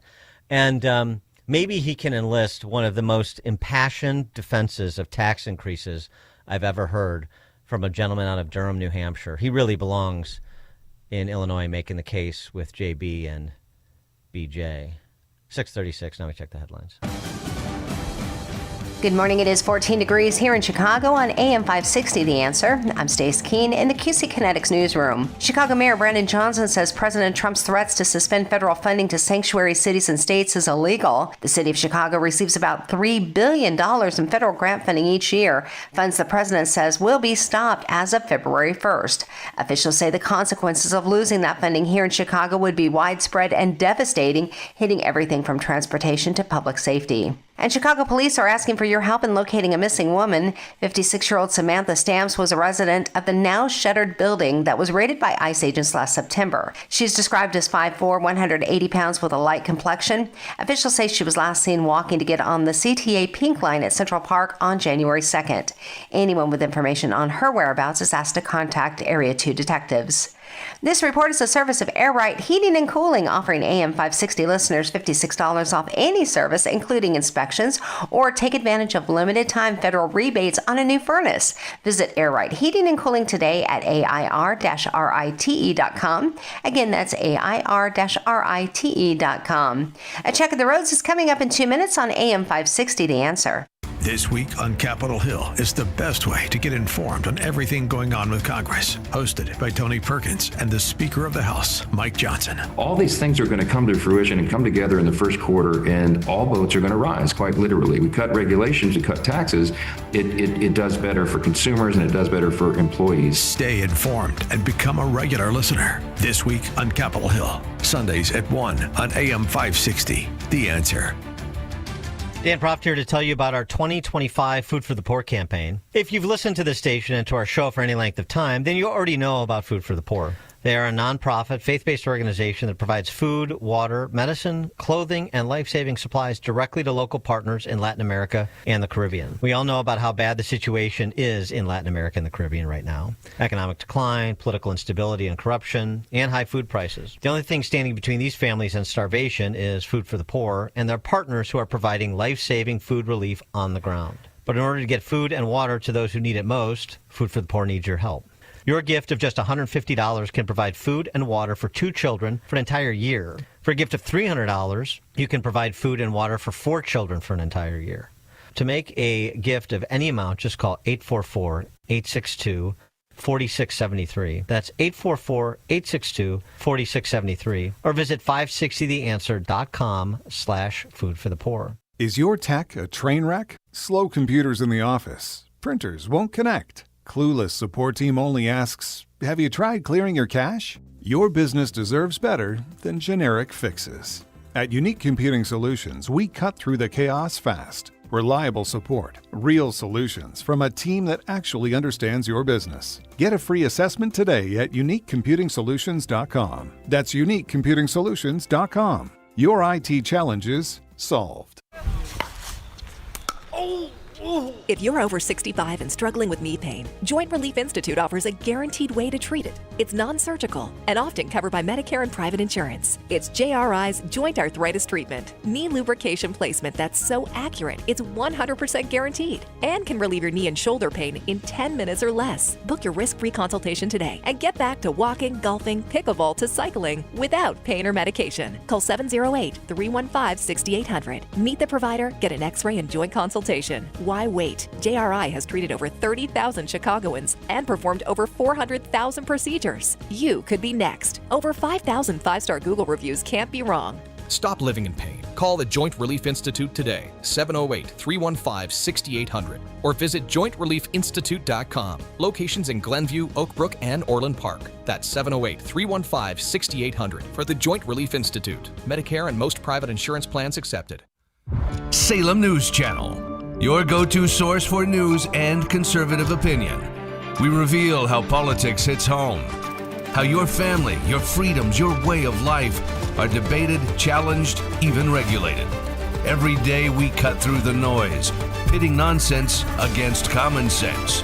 On every screen, in every home, Salem News Channel is across America. Start the new year off on a healthier note by taking active liver supplements from New Nordic every day. Available online at Amazon or NewNordicUSA.com or at your local CVS, ShopRite, Meijer Grocery, or Wegmans. Taking a look at the roads from the Team Hochberg Traffic Center, I'm Sue Aller. Well, it's cold outside, but the roads are in pretty decent shape right now. Just 14 minutes both ways on the Eden from Lake Cook to Montrose, and it's only 8 minutes in both directions on the Kennedy from Montrose to the Burn Interchange. The Eisenhower from Wolf to the Old Post Office is 14 minutes both ways. You have 24 minutes inbound on the Stevenson from Veterans Memorial to Lakeshore. Outbound is 22. The Dan Ryan from 95th to the Burn Interchange, 15 minutes. Outbound is 11. The express lanes inbound starting to get a little tiny bit slow from 35th Street to the Stevenson. This report is a service of People's Gas Energy Efficiency Program. The People's Gas Energy Efficiency Program provides energy-saving tips and rebates to help keep the warmth and savings in this winter. Visit peoplesgasdelivery.com/rebates because the warmest things in your house are the things that make home feel like home. Chicago's Morning Answer continues next, but now the latest forecast from the Air Right Heating and Cooling Weather Center. Today, expect a mix of sun and clouds with snow moving in later in the day, leading to potentially slippery travel conditions. The high will reach 26 degrees. Tonight, anticipate intermittent snow and flurries with 1 to 2 inches of accumulation expected. Road conditions will worsen, so plan for a slow and slippery morning commute. The low will be around 24 degrees. I'm meteorologist Jason Caterina on AM 560, The Answer. Get the latest weather, traffic, and news updates online at 560theanswer.com. This hourly segment is brought to you by Scott Tucker Solutions and his show Retirement Decoded. Sunday mornings at 8. Learn more at scotttuckersolutions.com. Now, from the Signature Bank Studios. If you're looking for the latest news, insight into what it means, and the sharpest opinion, there's only one station in Chicago where you can turn, and it's this one. We're AM 560, The Answer. Top of the morning, Dan Proft here. Turning our attention locally to the matters fiscal in Illinois. Same old, same old. Apparently, the state is projected to face a $2.2 billion budget deficit this coming fiscal year. What a shock. Even Chris Welch, when did he stop beating his girlfriend? The scumbag that is the State House Speaker. Well done, suburbanites. Particularly in West Central Cook County, but not limited. You want to talk about hypocrisy. All those wonderful feminists, protectors of women, advocates against domestic violence and assistance for domestic violence victims. Why don't you start with your speaker? I digress. He said recently, 5-year anniversary of Speaker. And what a 5 years it's been as Illinois continues to circle the drain at a faster pace. Every year in January, going into the start of the session, we've been faced with a deficit. Yeah, and every year going in since January, you pass a phony baloney budget. I mean, there hasn't been a truly balanced budget in Illinois since, I don't know, maybe since Everett Dirksen was saying things like, $1 million here and $1 million there, and pretty soon you're talking about real money when it came to government spending. Anywho, what are we going to do? Well, it is an election year, so I don't know about doing something like graduating the state income tax like they all want to do. Don't forget, Jelly Belly tried to do that. Illinois voters rejected it, you remember? So there's a bunch of surcharges and take from their back pockets what we can't get through their front pockets kinds of things. Maybe we'll expand gambling, which is more or less a regressive tax. Sin taxes, don't smoke, but we need you to smoke because we've already spent the cigarette tax money we expect to realize. Oh, and of course the millionaire surcharge. That will come back. Want to, stick it to the wealthy in Illinois because, of course, as we know, they can't move. They'll just stay here and take it. Oh, well, yeah. I mean, you can believe that as long as you just avert your eyes from the data. All this talk about $100 million for this or $500 million we're generating from that. In the last decade, the flight of productive people has cost this state tens of billions of dollars in gross domestic product. So now we just have a scavenger mob economy. And here are the scavengers.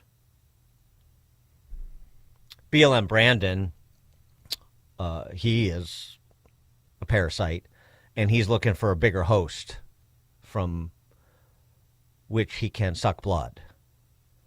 Because, Chicago needs it. I spoke to Speaker Welch the other day, and you touched on it, but I'm wondering if you can speak a little more directly to this. He said it's going to be very important for the city to come down there before April or May to make their request.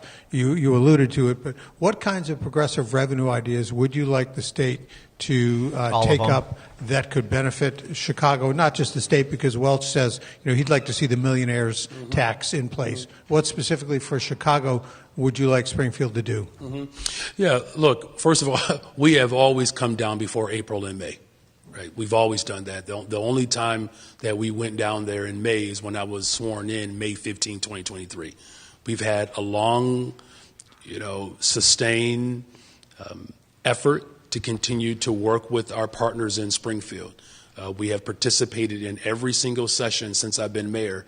In fact, that work did not start when I became mayor. I've participated in multiple sessions as an educator, as an organizer, as a county commissioner, participation trophy, as now mayor of the city multiple of Chicago. Multiple time participation the effort trophy winner. to drive the work. progressive revenue, as you know, goes back, well over a decade, right? So I just want to make sure that it's clear that we have always engaged early and as often as we possibly can. Wonderful. Again, the millionaire's tax, of course, is at the top of the list. I've said that for the last couple of years as mayor.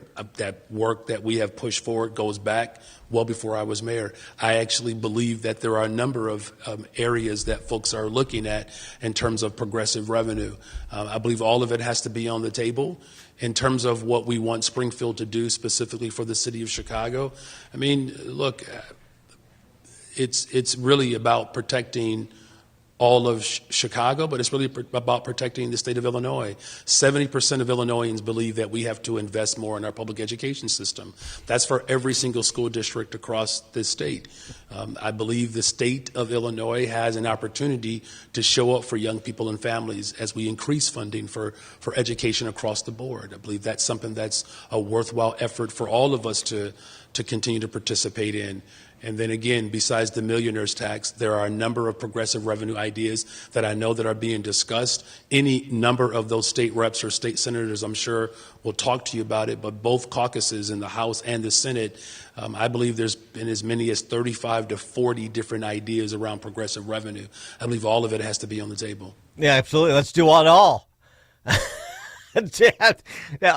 Progressive revenue ideas. Is there a revenue idea that isn't progressive, which is to say regressive, which is to say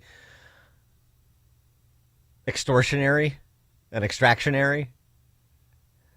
Progressive revenue ideas. You mean taking other people's stuff? Yeah. So progressive. Cigarette taxes and expansion of gambling. That's all progressive? As I said, I don't think you know what these words mean, or you do, and the obfuscation is purposeful, more likely. Progressive revenue ideas. That's some great newspeak there.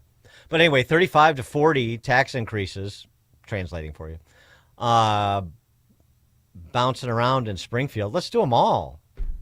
Right. Tinker around the margins. Not when we could pour more money into schools that produce declining results. But I hear you.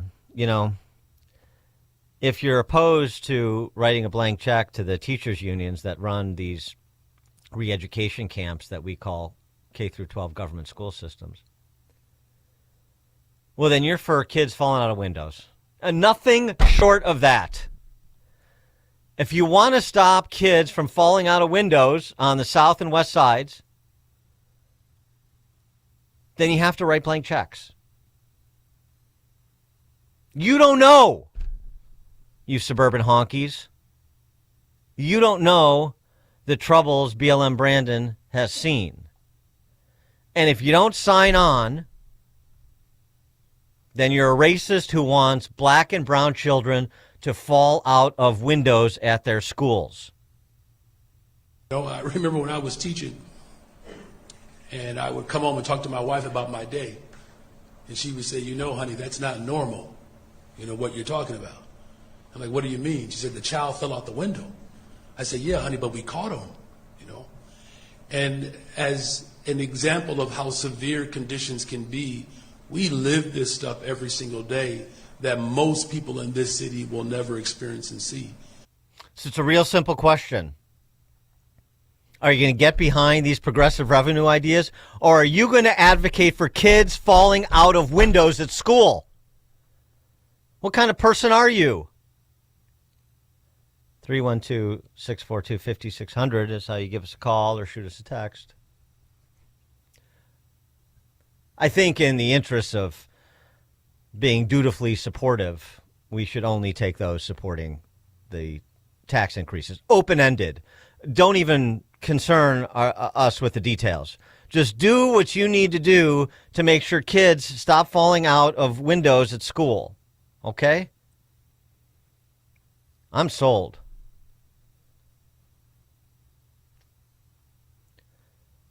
Roger, Southside, you're on Chicago's Morning Answer. Dan, I'm sold too. I'm willing to pledge whatever it takes. We have to stop this. If we don't do it, we're not good people. That's right. I'm starting to believe, unfortunately, when you are forced to stay here in Chicago or Illinois, it's like the constant laugh track, and it just gets louder little by little by little.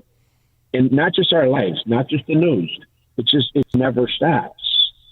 I'm just hoping for, a complete financial collapse. I know we can't do the bankruptcy thing, but what is going to get all the roaches out of the couches is my question. Thanks for the call, Roger. Well, one thing I think that BLM Brandon can do, if we can refocus our attention on supporting the millionaire income tax surcharge, sure.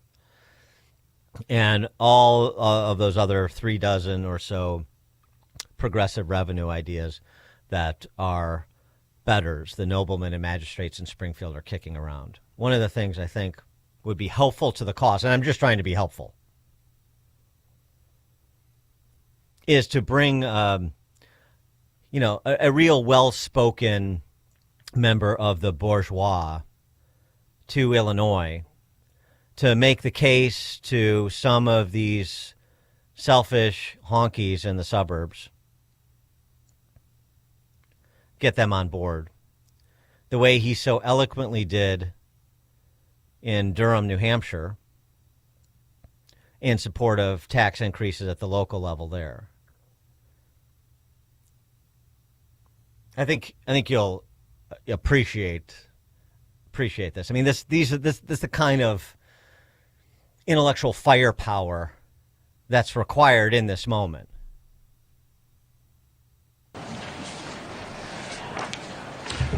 Good evening, lords and ladies of the illustrious Town Council, and good evening, Your Royal Majesty, Your Highness, the King and Town Administrator.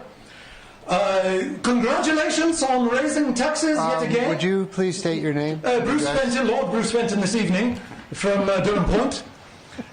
Congratulations on raising taxes yet again. The overwhelming majority of the voters is against the tax increase. They expressed this clearly, but you did what any good monarchy should do. You ignored them all. So bravo.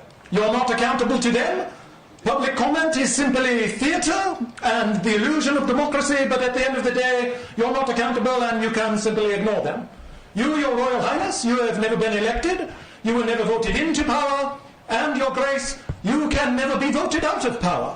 It's a wonderful thing, isn't it? You are not accountable to them, their voice means nothing. So bravo. But I must say I was rather a little bit disturbed and distraught at the last meeting because you let all manner of riffraff in here. You had voters and labourers and workers and other sorts of commoners traipsing into this fine halls as if they owned the place. And it must have been terribly painful for you to be in the presence of these commoners. And I'm not sure how you could endure such a thing. You had to listen to these sob stories of these people talking about their taxes. Oh, boo-hoo, my taxes are up $40,000. Or boo-hoo, 50% increase, I have children. And you remember the one gentleman? Oh, boo-hoo, I've lived here 70 years and you are forcing me from my home. Well, cry us a river. I don't know how we can make it any more clear to the commoners. This is a town for wealthy aristocrats. If you are struggling with your taxes and trying to make ends meet, the guidance from we, the elite, is clear. If you can't pay your taxes, don't be poor. When you move to this town, you sign an invisible imaginary social contract, which clearly states that you will pay far more taxes because we spend far more money here. That's what we do here. We spend other people's money. And if you don't like it, you're not welcome here. If you're struggling, then run along to one of the many, many other towns where you would pay far less in taxes. Newmarket, for example, or Rye. But have you ever been there? Have you ever been to Rye? It's a slum. It's barely suitable for the help. It shows what happens if the lords and ladies don't spend enough money. In Rye, the members of the town council have to sit on wooden benches. Can you imagine such a thing? Lords and ladies of the court sitting on wooden benches. It's preposterous. If anything, you should spend far more money. You currently spend about $60,000 a day of the workers' labor, and these are rookie numbers. You ought to be spending $100,000 or $200,000 a day. This building is one of the most expensive buildings on a per square foot construction cost in the state, but it's far too modest. You should increase it to 30 stories high, and you should outfit it with Versace and Armani and Patek Philippe and other premium brands, so that His Majesty our Lord the King can rule over his subjects in style. You really must send a message to these commoners. You should also increase the Zoning and Planning Board department by 50 or 100 people, so that the commoners can get a clear message that they can't go and simply build something on their own land as if they own the place. You've got to send a message to these commoners. You've done a great job in ignoring them, but you've really got to send a message. The role of the commoners is to be tax milk cows. Their job is to work and toil and labor in their dreary jobs and give their money to you. And your role is to spend their money and spend it with wild abandon on behalf of His Majesty the King. That is the natural order of things, and that is as it should be in any good monarchy. So please, continue doing exactly what you are doing, continue to ignore these filthy commoners, and continue to spend their money with wild abandon. With that, lords and ladies and Your Majesty the King, I take my leave. Good evening. Thank you very much. In character, with the powdered wig and the British accent, 4-minute riff. How great was that? But he's right, isn't he? If you can't afford in Inglewood 100%, 130% increase in your property taxes, then stop being poor. The lords and ladies of the court in Chicago and Springfield, they are to be served and serviced. So good. We're going to track that guy down. See if he can. I mean, all he doesn't even need that script is applicable in so many places around the country. You don't even need to change a word, other than maybe some of the local references. We could insert our own local references there. 312-642-5600. David, Racine, Wisconsin. Greetings and salutations. Well, since they want to tax millionaires, how about the millions of dollars that each overpriced pensioner gets from the state of Illinois, instead of just flushing it out to other states? Let it just stay and keep the, tax them at a millionaire's tax. Also, another $1 million enterprise is political campaigns. Even if you just do it under the sales tax, which basically what are campaign contributions, but, basically paying for services. So why not have, start taxing campaign contributions? No.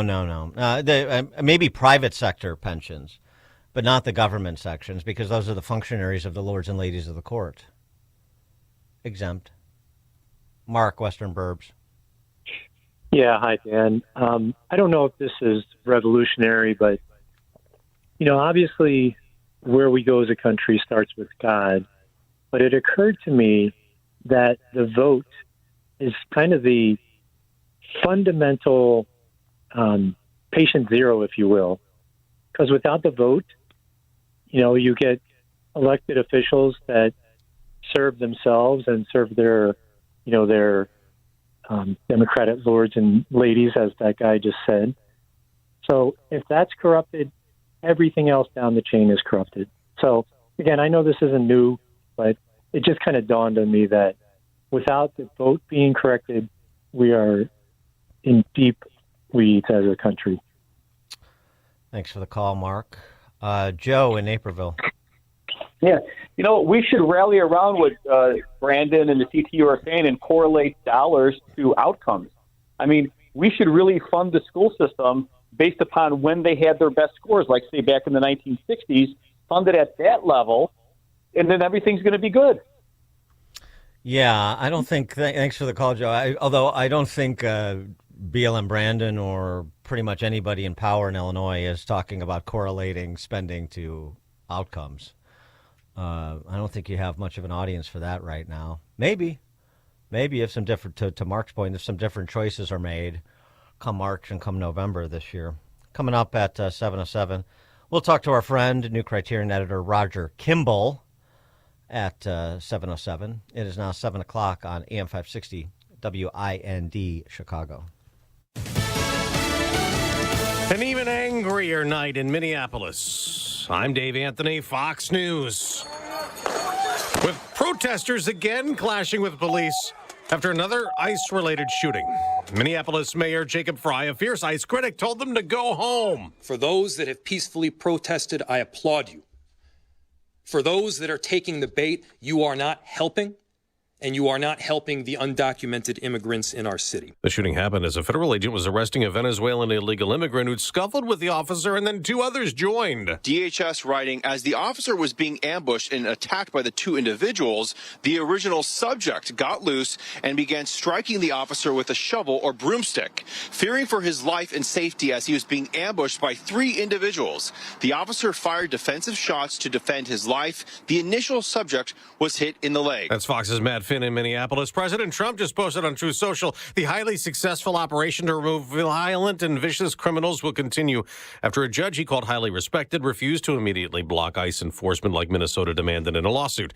After a Trump warning to Iran that he might take action over a crackdown on protests that human rights groups say led to a few thousand deaths, the president says, "We've been told that the killing in Iran is stopping, and it's stopped, and it's stopping, and there's no plan for executions." Today, the president will meet with Maria Corina Machado, who won the Nobel Peace Prize for her opposition to Venezuela's regime that got her jailed. Meanwhile, Senate Republicans voted down a war powers resolution. Democrats wanted to prevent more military action in Venezuela. Verizon says its service is back after a frustrating phone day for a lot of customers. No voice calls possible, no data services, no text messages, nothing. Here's the statement from Verizon. The outage has been resolved. If customers are still having an issue, we encourage them to restart their devices to reconnect to the network. For those affected, we will provide account credits. Fox Business Network, Cheryl Casoni. America's listening to Fox News. Good morning. It's 14 degrees here in Chicago on AM 560 The Answer. I'm Stace Keene in the QC Kinetics newsroom. Democratic lawmakers introduced articles of impeachment against DHS Secretary Noem as the agency deploys thousands more federal agents following the fatal ICE shooting of a Minneapolis woman. Illinois Democratic Congresswoman Robin Kelly spoke with reporters on Capitol Hill criticizing the secretary. Secretary Noem has brought her reign of terror to the Chicagoland area, L.A., New Orleans, Charlotte, Durham, and communities north to south to east to west. The DHS secretary accuses the slain victim, Renee Good, of weaponizing her vehicle before the officer opened fire. Local officials are demanding that they be allowed to participate in the investigation of the shooting. Police say they've discovered the weapon used by murder suspect Michael McKee in his condo here in Chicago. According to reports, Ohio authorities found multiple weapons inside McKee's Lincoln Park area home. McKee was arrested Saturday in Rockford. He's currently being held in a Winnebago County jail pending extradition to Ohio to answer for the murder of his ex-wife and her husband. One man is dead and two others wounded following a shooting in the Morgan Park neighborhood last night. According to reports, a 28-year-old male was shot in the back. He was transported to the hospital where he later died. A second man received multiple gunshot wounds. He was listed in critical condition at an area hospital. And the third man is in good condition, suffering an injury to his foot. There are no suspects in custody at this time. And the CEO of Harold's Chicken has passed away. Kristen Pierce Sherrod took over the fast food chain after her father, Harold Pierce, passed away. No cause of death has been released. She was 55 years old. This report is a service of the AM 560 mobile app. Listen to AM 560 on your smartphone or mobile device when you download the AM 560 mobile app at 560theanswer.com/mobile. A check of the roads is coming up in 2 minutes on AM 560 The Answer. Mike Gallagher would like some clarification. We are not asking ICE not to do ICE things. We are asking this federal government to stop the unconstitutional conduct that is invading our streets each and every day. What does that mean? Because the average anti-ICE protester doesn't want even the existence of these ICE officers in their streets. The Mike Gallagher Show, weekdays at 9, right before Alex Marlowe at 11 on AM 560, The Answer. Rick Borick talks about the emotions of stock market investing. At what point would you rethink your decision that you're invested in the stock market? And you'll notice that someone who answered that question 6 months ago saying, I'm not going to panic until it's down 30%, calls you up on the phone and says, it's down 8, what's going on? And I says, what happened to the 30% guy, right? Unleash your wealth, Saturday at 7 a.m. and 2 p.m. on AM 560, The Answer. Town Hall News, where conservative voices cut through the noise from breaking headlines to fearless opinion. We report what matters without apology. Written by people who actually believe what you believe. Town Hall tells the stories the corporate press buries, from President Trump to Capitol Hill. From pivotal elections to your everyday lives. Join the movement at townhall.com. Real stories, real reporters, real conservative media. Everybody loves the season of giving, but now the season of paying for it is upon us. That not-so-wonderful time of the year when millions of Americans open their credit card statements, stare in horror at the balance, and resolve then and there to find new ways to save money. If you're among those Americans, why not start by cutting your wireless bill in half right now with Pure Talk's Saver Plan? It's easy. You'll get unlimited talk, text, and 3 gigs of high-speed data on a super-fast, nationwide 5G network for just $20 a month. Just dial pound 250, say Mike Rowe, and you'll save an additional 50% off your first month. Ho, ho, ho! And if you're active or former military or a first responder, you'll save an additional 20% every single month. That's pound 250. Say Mike Rowe for the gift that keeps on saving from America's wireless company, Pure Talk. Making the switch to a new communications and IT company may seem like a big ordeal, but if you're not getting the reliable support, consistent internet, and secure solutions your company needs, meet Access One, your local Chicagoland IT experts. Access One has been powering Chicago businesses with secure, reliable IT solutions for over 30 years from our headquarters right here in the West Loop. Whether it's VoIP phones, dedicated internet, managed cybersecurity, cloud backups, or 24/7 support, Access One is here for you. Serving thousands of companies from Naperville to the North Shore, Access One is Chicago-owned and Chicago-run, a trusted IT partner for law firms, clinics, tech startups to manufacturers. We'll make the switch easier than you think. Let's talk. Call 800-654-1555 or visit accessoneInc.com. Rated top 5% in customer satisfaction and a Better Business Bureau A+ rated business. That's accessoneInc.com. Tech made personal locally.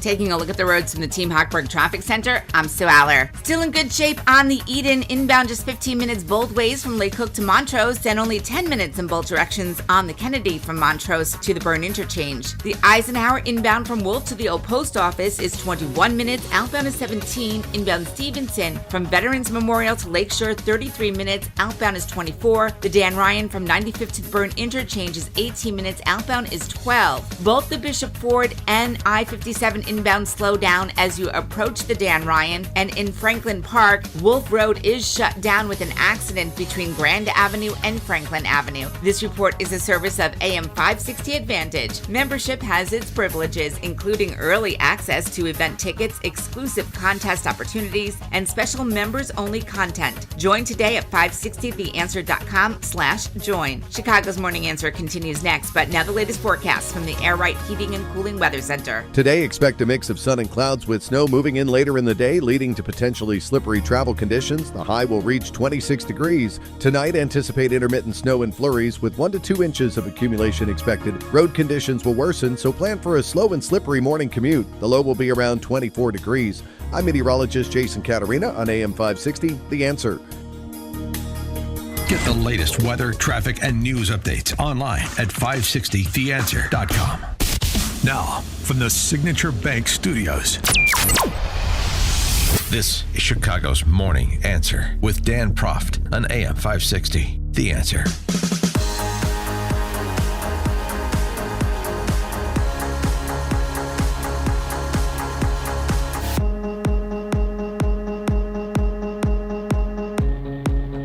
Top of the morning, Dan Proft here.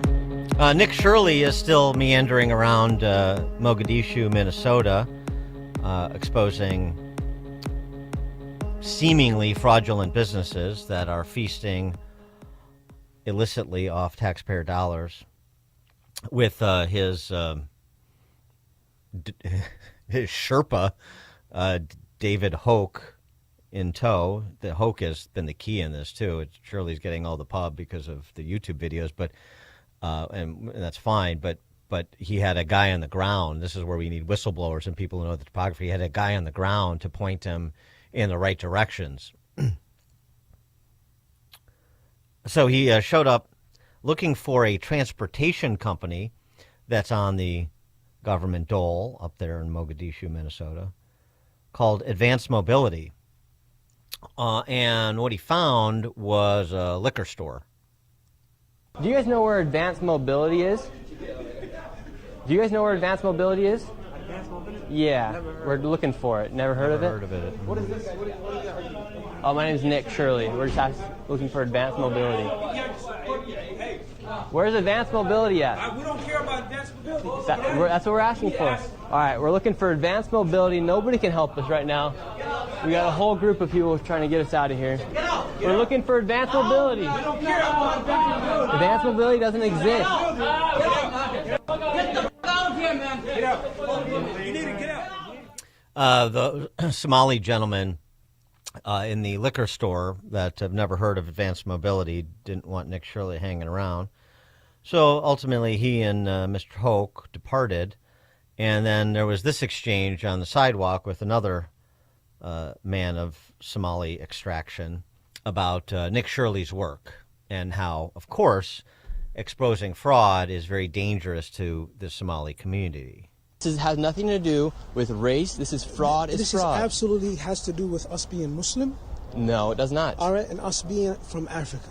This is a constitutional argument. If you don't want us here, change the freedom of religion. Say, listen, we don't want Muslims in this country anymore. We're not saying that. No. We're not saying that. When I go Sir, onto we're your talking comments, about fraud. When I go onto your comments, my comments. What I see is people that say we do not want Muslims here. Kick every single Muslim in Minnesota out of Minnesota. That's a comment. You're preparing for the Somali community to maybe be taken to concentration camps, just like the Japanese community. All right, you're sensationalizing. No, we're not. All right, Sir, something that answer can the question. Where is the transportation something vehicle that can company? jeopardize Answer the question. The safety and the protection of the Somali community. We're talking about fraud. Anything happens to the Somali community. We're talking about fraud. I'm not doing anything. I'm not physically. But why wouldn't that man of Somali extraction play the race and religion card? Why wouldn't he play the identity card? Because that's what his state's governor did in an address to Minnesotans yesterday. The federal government is raining down upon our communities. 2,000 to 3,000 armed agents of the federal government have been deployed to Minnesota. Armed, masked, under-trained ICE agents are going door to door, ordering people to point out where their neighbors of color live. These are Kristi Noem identitarian death squads, just randomly looking for black and brown people to apprehend and take to those concentration camps that are soon to be set up. And I don't know, some percentage of Minnesotans, 100% of the rabble that you see on the streets, and probably, I'm guessing, a majority of people who identify as, among other things, Democrats have accepted as axiomatic. But perhaps this is good news.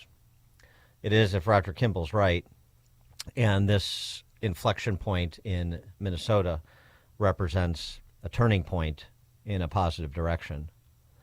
Well, let's find out why he thinks so. Roger Kimball is the editor of The New Criterion. He joins us now. Roger, thanks for being with us again. Nice to be with you. So why are you looking at what is transpiring up there in the land of 10,000 lakes and feeling optimistic? Well, I'm not sure that I feel optimistic. I always, when people use that word, I always say that was Dr. Pangloss's besetting vice in Voltaire's Candide. The best of all possible worlds, yes. Yes, but I do think that it's curious. This Nick Shirley's video has been viewed 120 million times, probably more by now. I think it might be the single most viewed video on YouTube. Now, he was not the first to expose the fraud in the Somali community. I mean, James O'Keefe did it 5 years ago. Chris Rufo has been writing about it. Local network affiliates up there have been reporting on it. Yes, but somehow there's something about the very direct way in which Shirley just went from spot to spot, asking, you say you're a child care center. Where are the children? All of these, or the restaurant that has seats 35, but has, serves 18,000 meals a day, supposedly to homeless children or children who are in need or something. But he just in incident after incident, he shows that there's just massive fraud. And I think the response to Nick Shirley's video and his work, as you rightly point out, with his sidekick David, somehow has captured the imagination in a way other exposés have not.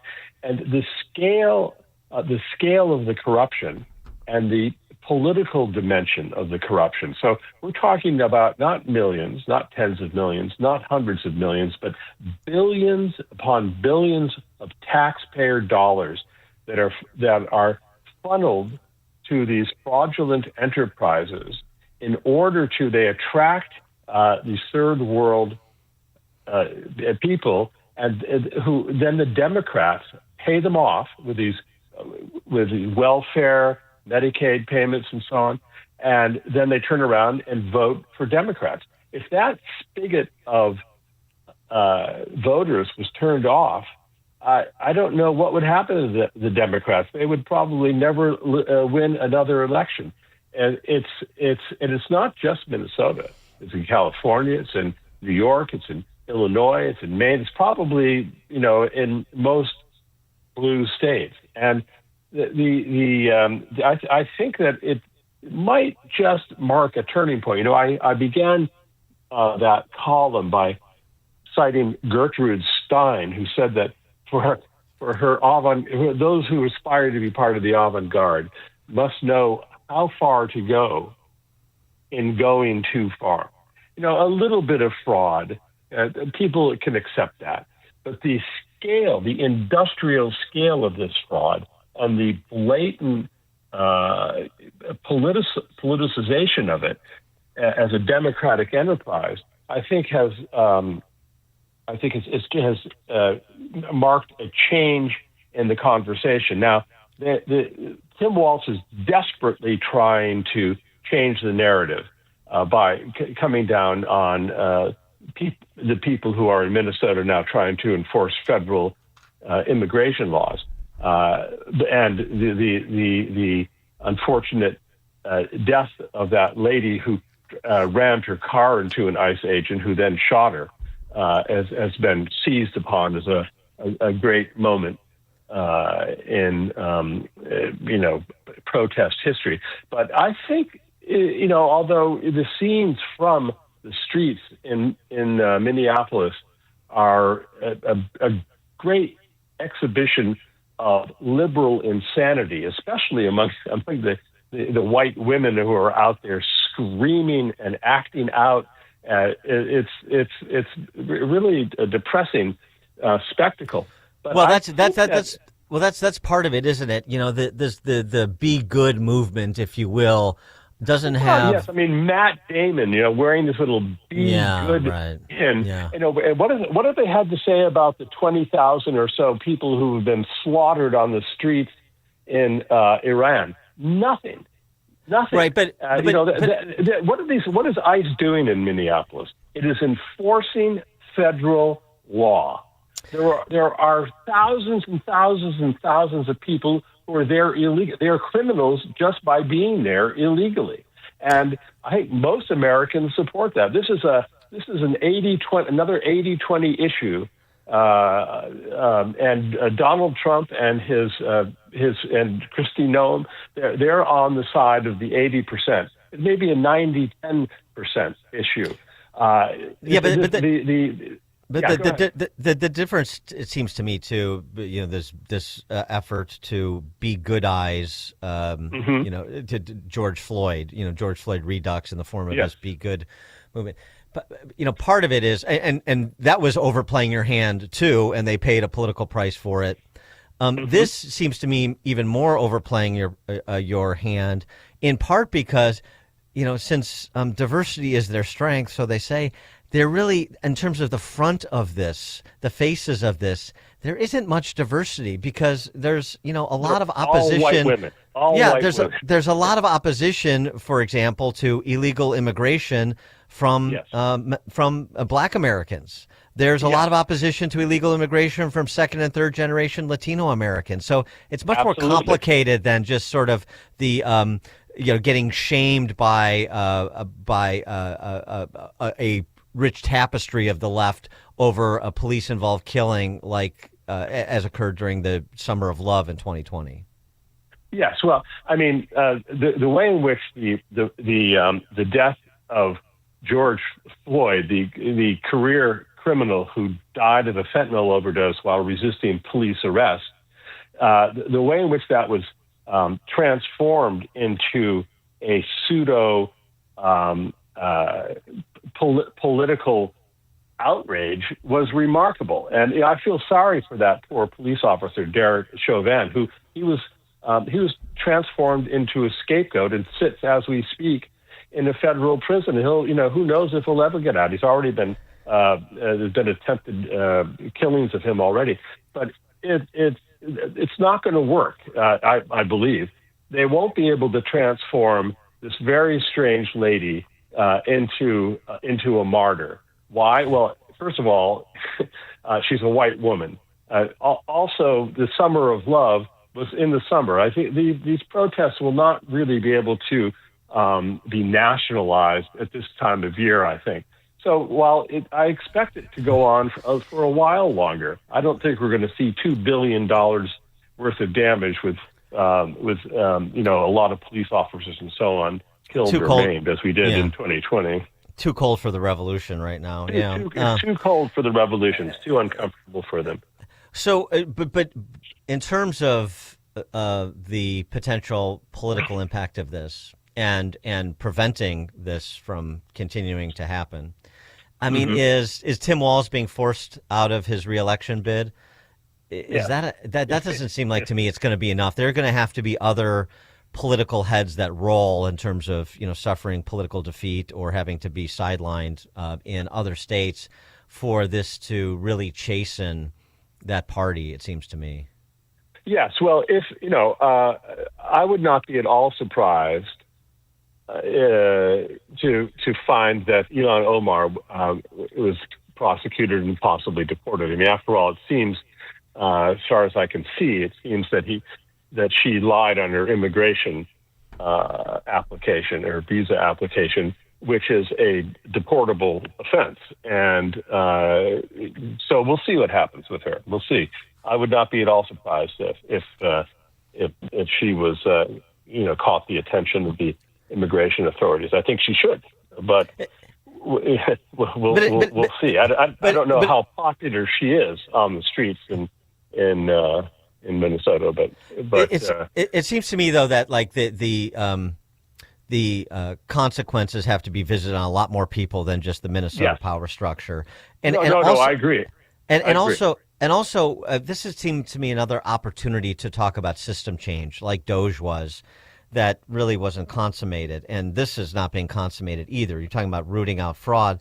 But there's a really good piece in the Journal from Philip Hamburger, who's a Columbia law professor. And he makes he makes the point that you've got a problem here. You've got a moral hazard with things like Medicaid, where the federal government subsidizes the states, but the states have the make the spending decisions, and And this was never envisioned by the founders. And it's enshrined in the Constitution to pay the debts and provide for the common defense and general welfare of the United States. That's the only phrase that empowers Congress to tax Americans that's for national purposes. National purposes. Even Alexander Hamilton didn't try to use federal funding to support the states or pay the debts. And unfortunately, the Supreme Court has given wide berth to the federal government to do exactly what they're doing. And it seems to me that, just like we're talking about things like getting clarity on birthright citizenship, this is an opportunity for the Republican Party, starting with President Trump, to say, we need clarity from a constitutional perspective from the court on whether or not this is how these programs should be set up in the first place. The disconnect between who's funding it and who's making spending decisions leads to this kind of systemic fraud that, as you said, is not just happening in Minnesota. And I'm sure before long, we've already seen examples of it in Massachusetts and Maine and Washington State. We're going to see it throughout the country, particularly in these blue states that use other people's money to buy political support. So the bigger issue, the bigger moment here to try to advance system change with respect to the federal government. Yeah, no, I agree. 100% with what you've been saying, and the big task for the Trump administration with respect to these sorts of issues is to identify and neutralize all this vast network of fraudulent enterprise. So when Marco Rubio says, we're no longer going to fund these NGOs, we're going to go directly to the people who we want to help. That is huge because the NGO stands for non-governmental organization. That is a complete misnomer. They're actually 100% governmental organizations and indeed 100% Democrat organizations. And it's we're talking about billions and billions and billions of dollars, and their real aim is to elect Democrats and further the progressive agenda. And if the Trump administration is not able to identify and neutralize them, then all of their good work in this second Trump administration will ultimately be for naught, because the deep state will just lumber on, as it always has, and continue to grow and suffocate the American spirit.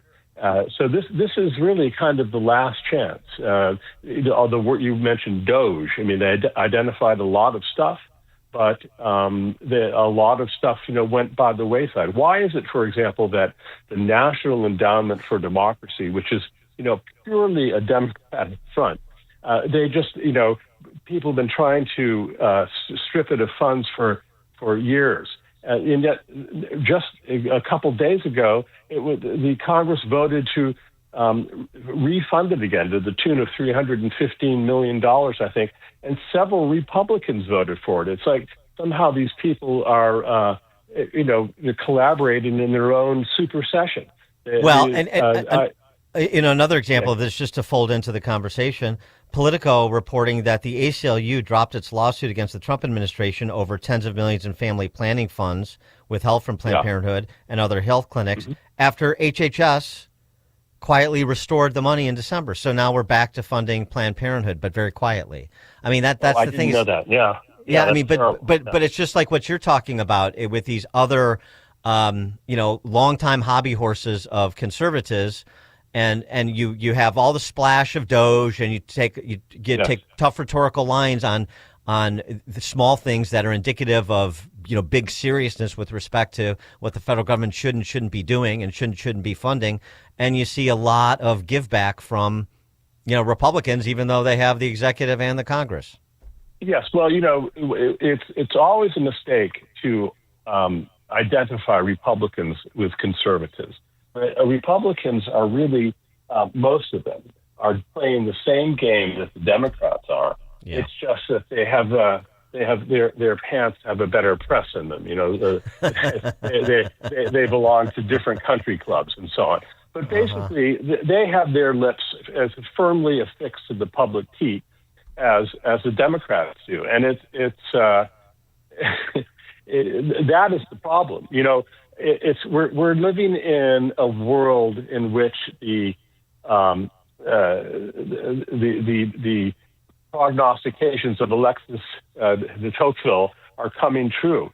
That is to say, his analysis of democratic despotism and democracy in America, where you have, the despotism doesn't tyrannize us directly, but it infantilizes us. And it does this by promulgating a vast network of rules and regulations that reach into the interstices of everyday life and,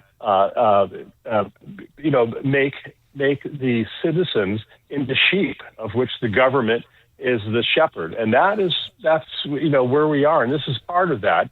It's just, it has the flavor of, the exotic flavor of all of these immigrants who come from cultures that are not just different from the mainstream culture of the United States, but fundamentally incompatible with it. Somali exceptionalism, right? Yeah. So, the IQ, the average IQ in Somalia is 68. 68. And you played a clip earlier about somebody talking about you just want to get rid of Muslims and so on. Well, it's people say, oh no, we don't want to do that, but it's actually worth stepping back and asking oneself: is Islam compatible with constitutional democracy? At the very center of Islam is the idea that everything is subject to the will of Allah. There is no legitimacy to the secular realm. It's all Allah. And if you're a feminist, women are sort of second-class citizens in Islam. They exist, as one famous cleric said, to be used by men. And that is not exactly what most of us would regard as an enlightened attitude about the distaff side of the sex. And so that's a different question. And I think Nick Shirley is right that he wasn't talking about. No, he's not talking about that. He was talking about fraud. Well, and we can't get too much deeper into this because we don't have the time. But I mean, part of it is the conversation that, how we frame and where we focus people's attention and the debates we try to instigate. It's simple. And Rubio has talked about this too. Is look, you prove that you're going to come here and you're going to be self-sufficient, and you prove that you're committed to assimilation. I mean, if we could apply those standards, then we would go a long way to eliminating a lot of our imported problems. Roger Kimball, Roger Kimball, editor of the New Criterion. Roger, thank you as always for your time. I appreciate it. Sure. Thanks, Dan. Yeah, bye-bye. Bye. And coming up at 7:37, we will turn our attention now to Oprah playing Dr. Oz on The View. That's at 7:37. Now we check the headlines. Good morning. It is 14 degrees here in Chicago on AM 560 The Answer. I'm Stace Keene in the QC Kinetics newsroom. Partly cloudy skies today. We're going to see highs reaching a chilly 23 degrees. Bundle up. A Chicago area law firm has been hired to represent the family of Renee Good. Good was killed by ICE agents in Minneapolis last week. Officials with the Romanucci and Blandon law firm say they plan to conduct their own investigation into Good's death. DHS Secretary Kristi Noem has claimed that Good's death was justified, saying the mother of three rammed her vehicle into ICE agents and the agent who shot her was acting in self-defense. Verizon officials say they've resolved the issue that was causing yesterday's service outage. The company is advising customers to restart their mobile devices if they're still experiencing issues. In addition to an apology, the company posted on their social media pages that details will be forthcoming regarding credits that will be applied to the accounts of those who were affected by that service outage. This report is a service of AlmostFreeTeeth.com. Big savings on full mouth dental implants are here at AlmostFreeTeeth.com. Medical insurance can make what used to cost a fortune surprisingly affordable. Don't wait. Take the 60-second quiz to see if you qualify at AlmostFreeTeeth.com. A check of the roads is coming up in 2 minutes on AM 560 The Answer. Larry Elder explains the origin of the problem. What's the original sin here? Refusing to allow ICE to go into jails and prisons, so when these illegal aliens have served their time, they could be deported. Instead, they release them to the community, which means ICE then has to go into the community with much greater risk to extract them. Is anybody talking about that? What's the original sin here? The Larry Elder Show. Weeknights at 8, right before Sean Hannity at 10 on AM 560. The Answer. Welcome back to Ask Hassleus. I'm Weston. What's your question? I give up. Where are they? Who? Employees. What? You say Hassleus Mattress Showrooms don't have any employees. Come on, bud. I know better. I assure you. Are they cooped up in a secret back room? Huh? Or waiting outside in the bushes? Sir. I know. They're hiding under the beds, aren't they? Listen, Hassleus Mattress Showrooms really are employee-free. Give our mattresses a try with no pushy sales guy. Nope, don't believe it. You won't believe our prices either. Beauty Rest, Sealy Posturepedic, and more for way less. Right. Others sell a King Aspen Cove A for $2,520, but our everyday low Hassleus price is just $1,374. Free next day delivery too. Sure. Next you'll say I can get a free adjustable base with my purchase through Monday. As a matter of fact, yes. Oh, come on! Save on Sealy Posturepedic and Beauty Rest, plus get a free adjustable base. Find an employee-free showroom near you at Hassleus.com. John was an active man. He'd go for runs, walk the golf course, and always take the stairs instead of the elevator. But then bone-on-bone knee pain got in the way and affected his mobility. It became too painful to even go for walks. And when it seemed like John's only option was knee replacement surgery, a friend told him about the Joint Relief Institute and their affordable, non-surgical knee pain relief. John met with the Joint Relief Institute and discovered their lubricating gel treatment could rejuvenate his lost cartilage. Safe, effective, no surgery. Long story short, John is now back to being active without pain or medication.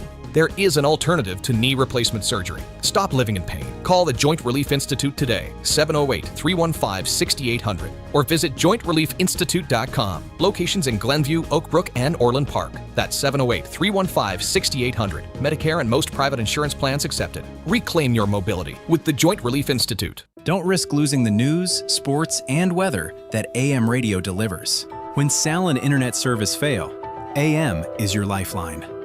With time running out, your voice matters. Text AM to 39179 and tell Congress vote yes on the AM Radio for Every Vehicle Act to keep AM radio in cars. Message and data rates may apply. You may receive up to 4 messages a month, and you may text STOP to stop. This message furnished by the National Association of Broadcasters. Did you know most remodeling mishaps start before construction even begins? Here's something else you should know. At Forever Remodeling, we do things differently. Every kitchen, bathroom, and basement project starts with smart planning, detailed 3D designs, a clear scope of work, and accurate pricing, all sorted out before you get started. No surprises, no stress, just beautiful results, done right the first time. Visit foreverremodeling.com. That's the number 4, EVER, remodeling.com, and schedule your free in-home consultation today. Whether you are old or young, no one likes to lose money. The market is at an all-time high. How much risk does your portfolio really have in it? Are you worried that you could lose your hard-earned money? Call TJ Stearns in Arlington Heights at 800-640-2256 for your free risk report. Call right now and we will include a full analysis of your portfolio. Don't wait until it's too late. Call TJ Stearns, a local and longtime sponsor on AM 560. Call 800-640-2256. Call now and tell him AM 560 sent you. Hair Volume from New Nordic will make your hair look thick and healthy. Hair Volume is available online at Amazon and NewNordicUSA.com or in the hair care aisle at your local CVS.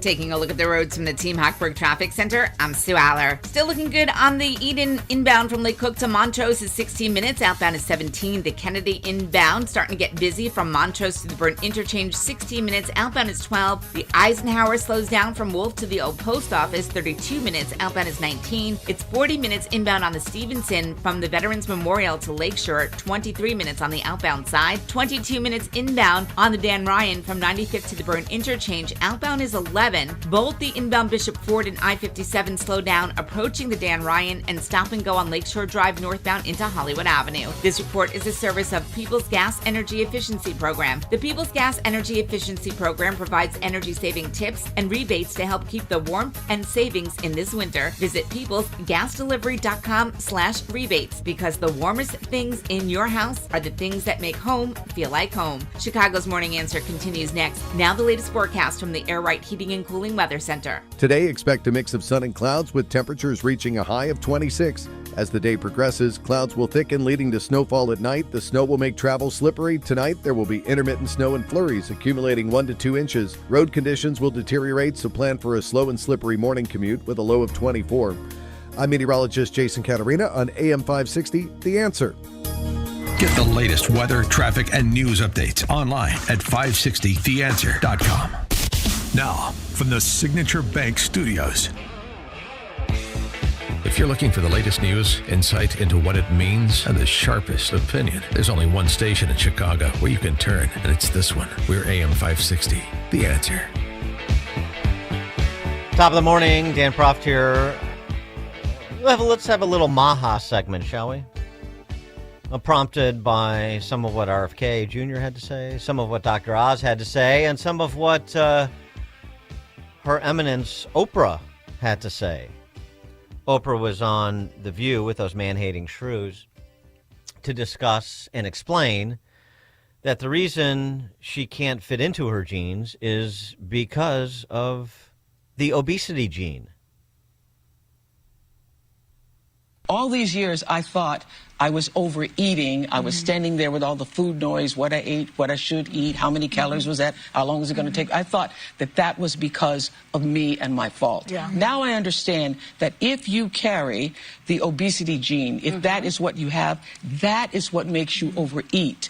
You don't overeat and become obese. Right. Obesity causes you to overeat. Right. Obesity causes you to have all of that food noise. And what the GLP-1s have done for me, and I know a number of other people, is to quiet that noise. Yeah. Is she an Ozempic pitch person? I don't even know. 312-642-5600 is how you call or text us. I don't pretend to be a nutritionist. But I certainly, if I was going to have Oprah on our show, which I'd love to, I would prepare a little bit so that we could have an informed discussion about obesity rather than just nod along and me too, Oprah, like those man-hating shrews do, because she is a deity to them, I presume. How does that?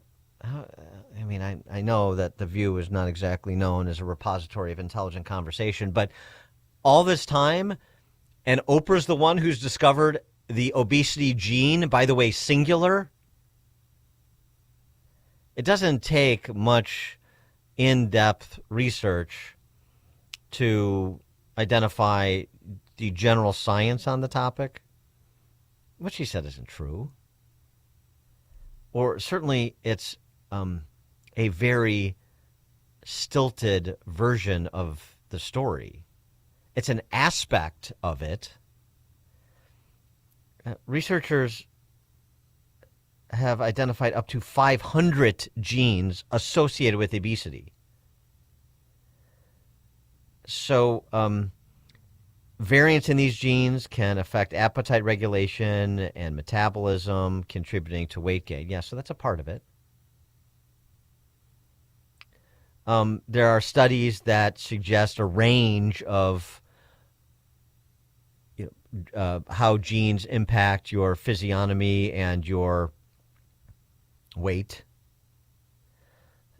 40% genetics can account for 40 to 70% of the variation in BMI among individuals, body mass index. So the genetic component is part of it, but so are other factors, including willpower, exercise. The idea, I have this gene that forces me to overeat, and now there's this drug that combats the bad impulses this gene forces me to indulge. I mean, without being prosaic, here we go again. Fat is a condition that is imposed upon, obesity is a condition imposed upon the obese. They have nothing to do with it. Alcoholism is a condition that's imposed upon the alcoholic. They have nothing to do with it. Everybody's a victim and needs to be excused and herded into a protected class. I mean, come on. Come on. We had this yesterday too. Now and then there's tears now when it comes to fat privilege. Good question. Can you tell me what category of fat I fit in? So it's based on your shirt size. So if you are a 1 or 2X, you are small fat. 3 to 4X, you are mid fat. 5 to 6X, you are super fat. Is based on what level of privilege you have in the world. So someone in a small fat category may not struggle getting on an airplane, but someone in a mid fat or super fat may not be able to use even the airplane extender. So that's where that comes in, and like the privilege levels of like what fat means to different people. Right, it's in the eye of the beholder.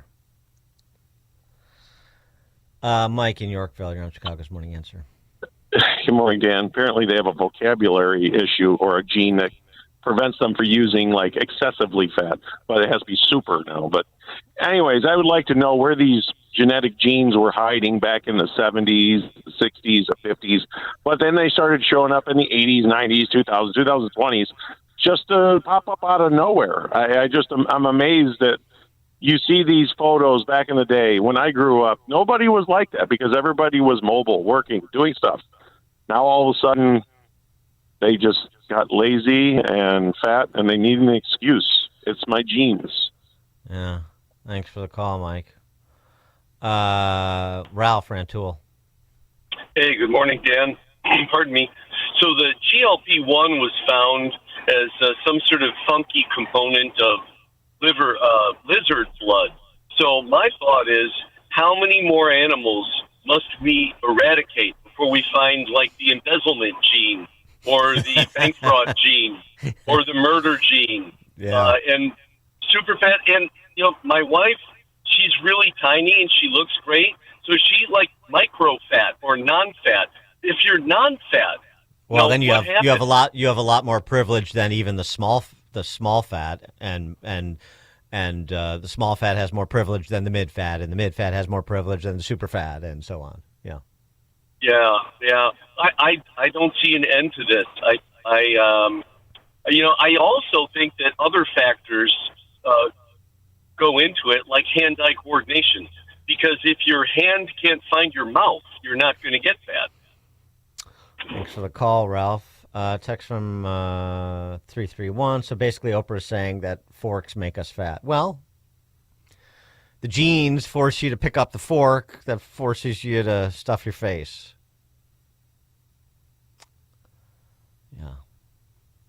Yeah. John in Milwaukee. I was going to say, if you look at Leave It to Beaver or some of these shows from the 60s, everybody was slender. Mm-hmm. Everybody. They weren't, you looked at the skipper on Gilligan's Island, and my God, he's fat. Now you look at Mike and Molly, and that's the norm.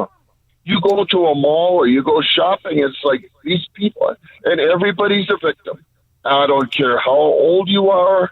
All these people on The View, they're all victims, and they are changing the language right in front of us. Thank you. Thanks for the call, John. Oh, RFK was on Katie Miller's podcast. Katie Miller, Stephen Miller's wife. She's got a podcast, like everybody except me. And she asked him, who in the administration has the worst diet. This was kind of entertaining. Guess who RFK Jr. pointed to? The Hamburglar in the Oval Office. Who has the most unhinged eating habits? The president. Well, the interesting thing about the president is that he eats really bad food, which is McDonald's, and then, candy and Diet Coke. But he drinks the Diet Coke all times. He has the constitution of a deity. I don't know how he's alive, but he is. And he's at Mar-a-Lago. he says he says that the only time that he eats the junk food is when he's on the road, and he wants to eat food from big corporations because he trusts it. He doesn't want to get sick when he's on the road. But when he's at Mar-a-Lago or at the White House, he's eating really good food. So I think you get this, if you travel with him, you get this idea that he's just pumping himself full of poison all day long, and you don't know how he's walking around, much less being the most energetic person, any of us have ever met. Well, that was pretty unvarnished and not inaccurate. Clearly. Don't know how he's still alive. All the McDonald's and Diet Coke that he consumes. Right. But on the flip side of that, RFK had this to say, which, as he rightly pointed out, I'm sure Trump wants everybody to know. I think he actually does eat pretty good food usually. I mean, he's incredible health. Mm-hmm. Dr. Oz looked at his medical records and said he's got the highest testosterone level that he's ever seen for an individual over 70 years old. I know the president will be happy that I repeat that. So it's a mix of McDonald's, Diet Coke, and fine dining at Mar-a-Lago. The Trump diet. I'm surprised he hasn't marketed that yet. Mary Kay, Western Springs. Hey, good morning, Dan. Oprah will continue to make excuses for the rest of her life why she's fat. Does she work out? She compared the obesity gene to like diabetes and cancer, I think. She said that on The View yesterday, didn't she? It's the things that that people get away with when they're fellow travelers on shows like The View are astounding. I mean, completely uncritical acceptance of everything Dr. Oprah had to say. I know. Did you see Joy Behar staring intently at her, going, "Oh my God, yes, Oprah, you're a goddess, yes. whatever." Yes. It was ridiculous. Thanks for the call, Mary Kay. 312 text next study. Do sweatpants cause obesity? Yes. Well, do they? Janice, Morocco, Indiana. Hi. Before Ozempic came on the scene, having a problem losing weight was blamed on your thyroid, having an underactive thyroid or an overactive thyroid. Yeah, so thanks for the culture. I'm old enough to remember when it was just a matter of being big boned, and which of course led to the quip, "Get some real big bones in your behind," right? Pete in Elburn. Yeah, that guy from I think it was Dan and Rantoul who had the Ralph and the micro wife or the low fat wife gave me an idea. Maybe we could all wear hats like they have matching the milk bottles, like a blue cap, a red cap, and a light blue cap for the 1%ers and all of that. We could bring the 1%ers back. There you go. Thanks for the call, Pete. He's got the low fat wife. I like that turn of a phrase. I did want to get something else Dr. Oz said at a presser with RFK, because they took up something that's near and dear to me and my diet, and that was alcohol consumption. And this is, and so they're backing off the ridiculous, like, you ever go to doctor, get a physical, and how much you do smoke, blah blah blah, do you drink, and how much do you drink, and it's like 1 to 2 drinks a week, 2 to 4, 4 to 6. I'm like, a week? I had half a dozen drinks before I came to this appointment. So ridiculous. And Dr. Oz is giving, a little bit more reasonable guidance on alcohol consumption, in my view, as somebody who is not a nutritionist. So alcohol is a social lubricant that brings people together. In the best case scenario, I don't think you should drink alcohol, but it does allow people an excuse to bond and socialize, and there's probably nothing healthier than having a good time with friends in a safe way. If you look at the blue zones, for example, around the world where people live the longest, alcohol is sometimes part of their diet. Again, small amounts, taken very judiciously and usually in a celebratory fashion. So there is alcohol on these dietary guidelines, but the implication is don't have it for breakfast. Well, I mean, follow-up question, Dr. Oz. If I don't drink at breakfast, then how do I drink all day? Did you think about that? Yeah, I didn't think so. Social lubricant. Yes, sometimes it is much too lubricating, generating much too much socialization. But that's something that's, that's the alcohol gene or the socialization gene. Mike in Deerfield. Hey, Dan, great show. Along those lines of fat acceptance, have you noticed these shows now? There's one on Netflix called Run Away, where a good-looking detective is having an affair with this beast of a detective. And there was another show, Justified, with Timothy Olyphant, great-looking dude. The last episode, when they went to Detroit, he ends up having a relationship with a detective. She was obese as well, and it's just they push it on you. It's crazy. It would never happen unless you had a bottle of Jack Daniels. Socialization. It's just amazing, and it's never the other way. It's never a fat dude with a hot chick. Unless the guy's wealthy, but that's a different story. So of course, they're just pushing it on you with these shows. There was another one, it's just unbelievable. And Netflix is the worst. Yes. Well, thanks for the call, Mike. And the alcohol gene, when combined with the socialization gene, can force people to exercise the coyote option gene or activate the coyote option gene the next morning. I understand. Again, I'm not a scientist, but John in Portage Park. Yeah, Dan. After The View comes another show that they're setting up with Al Sharpton and Oprah. It's called Good Morning Black America. Is that a joke? Or are you serious? No, I'm trying to be funny. You can't parody CNN, so I don't know. Thanks for the call, John. I mean, that sounds completely plausible that CNN would do something like that. Roger DeKalb. Hey, yeah. Earlier you had a caller about watching old TV shows and how skinny people are. The best documentary of all time you'll see about weight in America is Woodstock, because you look at that whole crowd. And I challenge you to find overweight people in that crowd. And so I don't know if it's 400,000 or 1 million, whatever many people there, they could only fit about half that many people there today because they just wouldn't fit. Thanks for the call, Roger. Text from 847, channeling Homer Simpson, which I appreciate. Alcohol, the cause of and solution to all of life's problems. Dan Proft, Chicago's Morning Answer. This is Chicago's Morning Answer. Your show keeps me alive during the week. There's nobody I'd rather listen to between 5 and 9 in the morning than you guys. On AM 560, The Answer.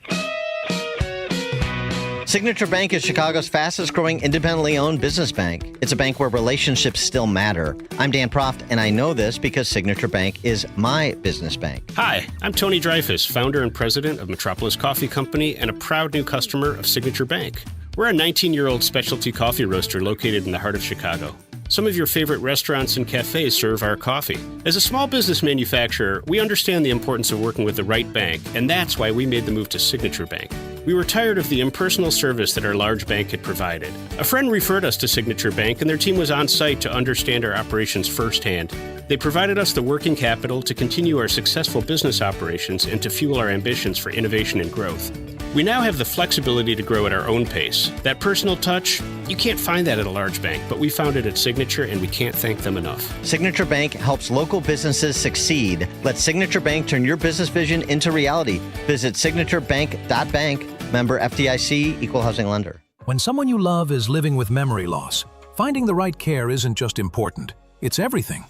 At Terra Vista of Oak Brook Terrace, memory care isn't an add-on, it's all we do. When Mom moved into Terra Vista, everything changed. She's safe, engaged, and surrounded by people who truly understand dementia.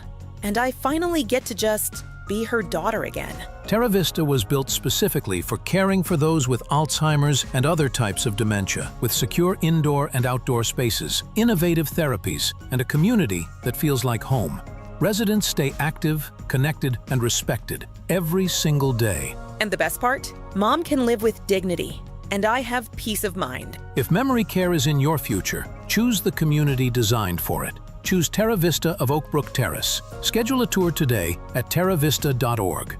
Again, that's terravista.org, and tell them AM 560 sent you. Terra Vista, where memory care lives. AM 560, The Answer.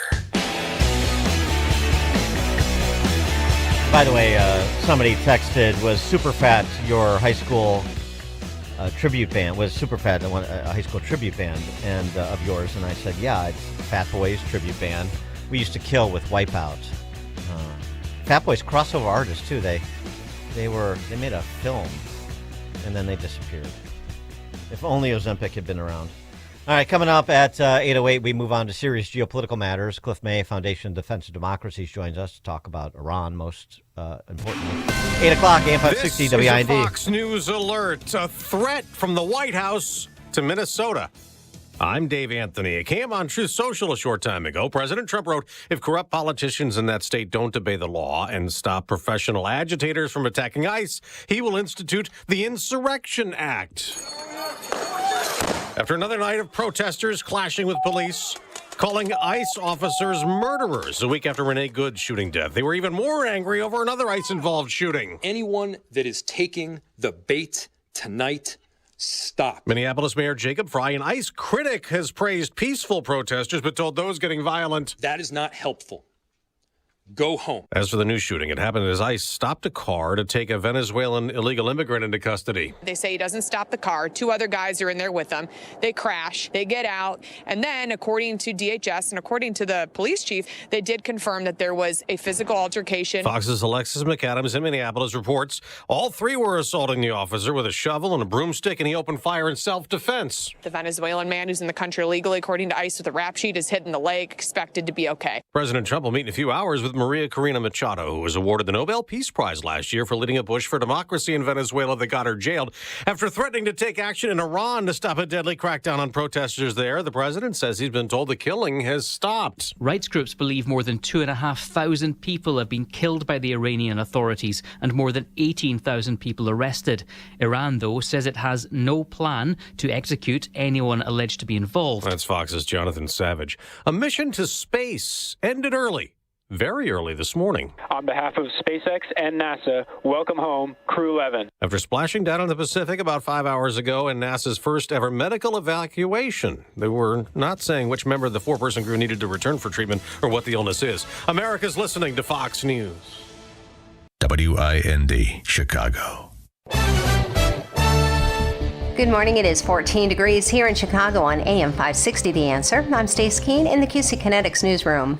A U.S. Supreme Court ruling has cleared the way for U.S. Representative Mike Bose to challenge the Illinois law allowing mail-in ballots to be counted weeks after Election Day. Katrina Barker has the story. In a 7-2 decision, the Supreme Court finding Illinois Congressman Michael Bost has the right to challenge a state law allowing mail-in ballots received up to 14 days after Election Day to be counted. Chief Justice John Roberts explaining the Constitution requires a legal challenger to have a personal stake in a case, writing he is a candidate for office and a candidate has a personal stake in the rules that govern the counting of votes in his election. Bost, a Republican, and other plaintiffs sued the Illinois State Board of Elections in 2022, claiming the mail-in ballot procedures violate federal election law. Later this year, the Supreme Court will hear a Mississippi-related case over the legality of counting ballots that arrive after Election Day. Police in Columbus, Ohio are providing an update on the man accused of murdering his ex-wife and her husband inside their home this past December. Chicago Surgeon Michael McKee waived his extradition rights, and his lawyer says he plans to plead not guilty to the murders of 39-year-old Monique Tepe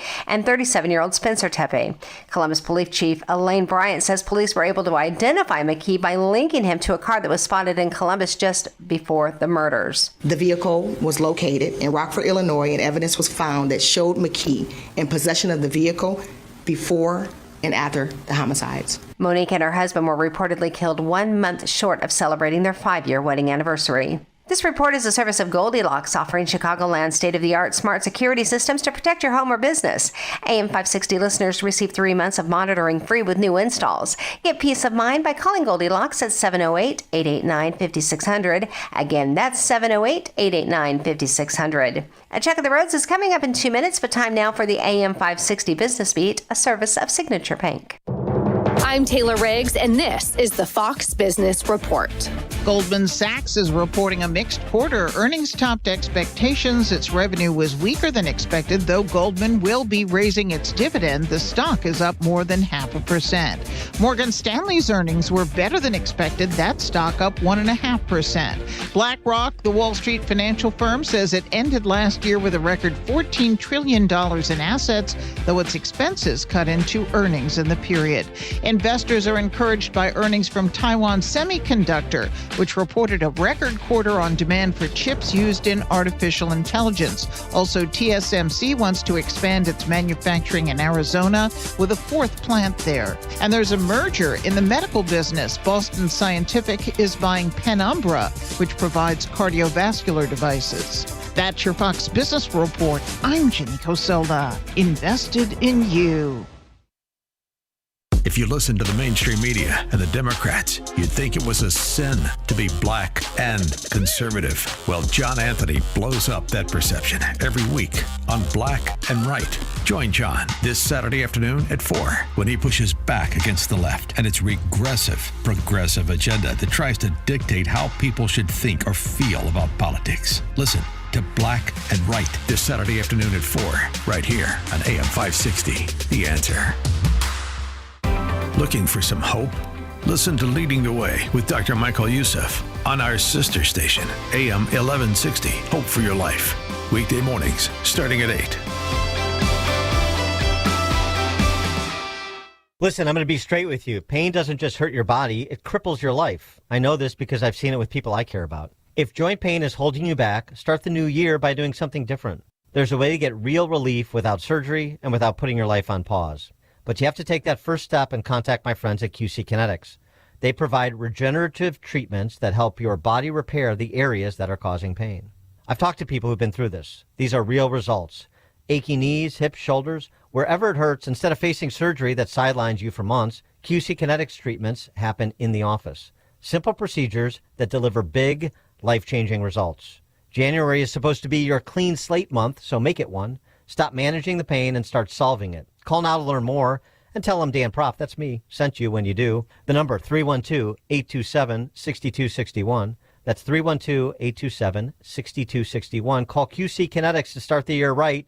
312-827-6261. If the server asks you how you would like your steak cooked and you respond, on the grill, you might need a better night's sleep. People are loving Penny Mustard's line of double-sided memory foam mattresses. If you apologize to the chair you just bumped into, you might need a better night's sleep. Made in Wisconsin and built to last 45% longer than the average memory foam mattress. If you make small talk with your chiropractor and ask what they do for a living, insanely comfortable, exclusive, double-sided memory foam developed by the sleep geniuses at Penny Mustard. If you tried pinching and expanding the page of a magazine, offering zero-gravity sleep positioning, and backed by a 1-year comfort guarantee. If the cashier says, have a great day, and you respond, no thank you, you might need a better night's sleep. And a better night's sleep starts at Penny Mustard Furnishings. Find a showroom near you at pennymustard.com. Better versions of the sleep people want. Penny Mustard Furnishing. Everybody loves the season of giving, but now the season of paying for it is upon us. That not-so-wonderful time of the year when millions of Americans open their credit card statements, stare in horror at the balance, and resolve then and there to find new ways to save money. If you're among those Americans, why not start by cutting your wireless bill in half right now with Pure Talk's Saver Plan? It's easy. You'll get unlimited talk, text, and 3 gigs of high-speed data on a super-fast, nationwide 5G network for just $20 a month. Just dial pound 250, say Mike Rowe, and you'll save an additional 50% off your first month. Ho, ho, ho! And if you're active or former military or a first responder, you'll save an additional 20% every single month. That's pound 250. Say Mike Rowe for the gift that keeps on saving from America's wireless company, Pure Talk. If you or someone you love are getting high quotes for dental implants, visit almostfreeteeth.com today. With a medical PPO insurance plan, it's possible to save 90% off on average to be able to smile again. Check if you qualify now at almostfreeteeth.com. Taking a look at the roads from the Team Hochberg Traffic Center, I'm Sue Aller. Stop and go on Lakeshore Drive northbound between Bryn Mawr Avenue and Hollywood Avenue. 52 minutes inbound on the Stevenson from the Tri-State to Lakeshore. Outbound is 22. You've got 38 minutes inbound on the Dan Ryan from 95th to the Byrne Interchange. Outbound is 14 with a crash on the exit ramp to 47th Street. And stop and go on the express lanes inbound between Garfield Boulevard and the Stevenson. Inbound Eisenhower from Wolf to the Old Post Office, 57 minutes. Outbound is 32. 33 minutes inbound on the Kennedy from Montrose to the Byrne Interchange. Outbound is 36. The express lanes inbound are jammed heading into Ohio Street. 25 minutes inbound on the Eden from Lake Cook to Montrose. Outbound is 34. This report is a service of the AM 560 Advantage. Membership has its privileges, including early access to event tickets, exclusive contest opportunities, and special members-only content. Join today at 560theanswer.com/join. Chicago's Morning Answer continues next, but now the latest forecast from the Air Right Heating and Cooling Weather Center. Today, expect a mix of sun and clouds with snow moving in later in the day, leading to potentially slippery travel conditions. The high will reach 26 degrees. Tonight, anticipate intermittent snow and flurries with 1 to 2 inches of accumulation expected. Road conditions will worsen, so plan for a slow and slippery morning commute. The low will be around 24 degrees. I'm meteorologist Jason Caterina on AM 560, The Answer. Get the latest weather, traffic, and news updates online at 560theanswer.com. Now, from the Signature Bank Studios, this is Chicago's Morning Answer with Dan Proft on AM 560. The Answer.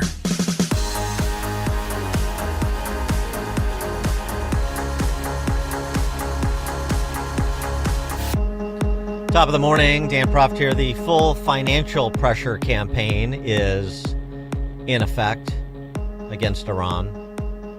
Of course, Trump announcing 25% tariffs with any country that does business with Iran the other day. Scott Bessent, the Treasury Secretary, also discussed the ways that Treasury is part of this financial pressure campaign. They're following the money. Pressure campaign on Iran's oil exports to cut off the sources of the regime's funding. And what we have seen in the past month is a total financial collapse of the regime. We're seeing banks go out of business. We are seeing inflation. We are seeing a lack of hard currency in the economy. The Iranian leadership has been hurting the people. They have been spreading the money around the globe for proxies.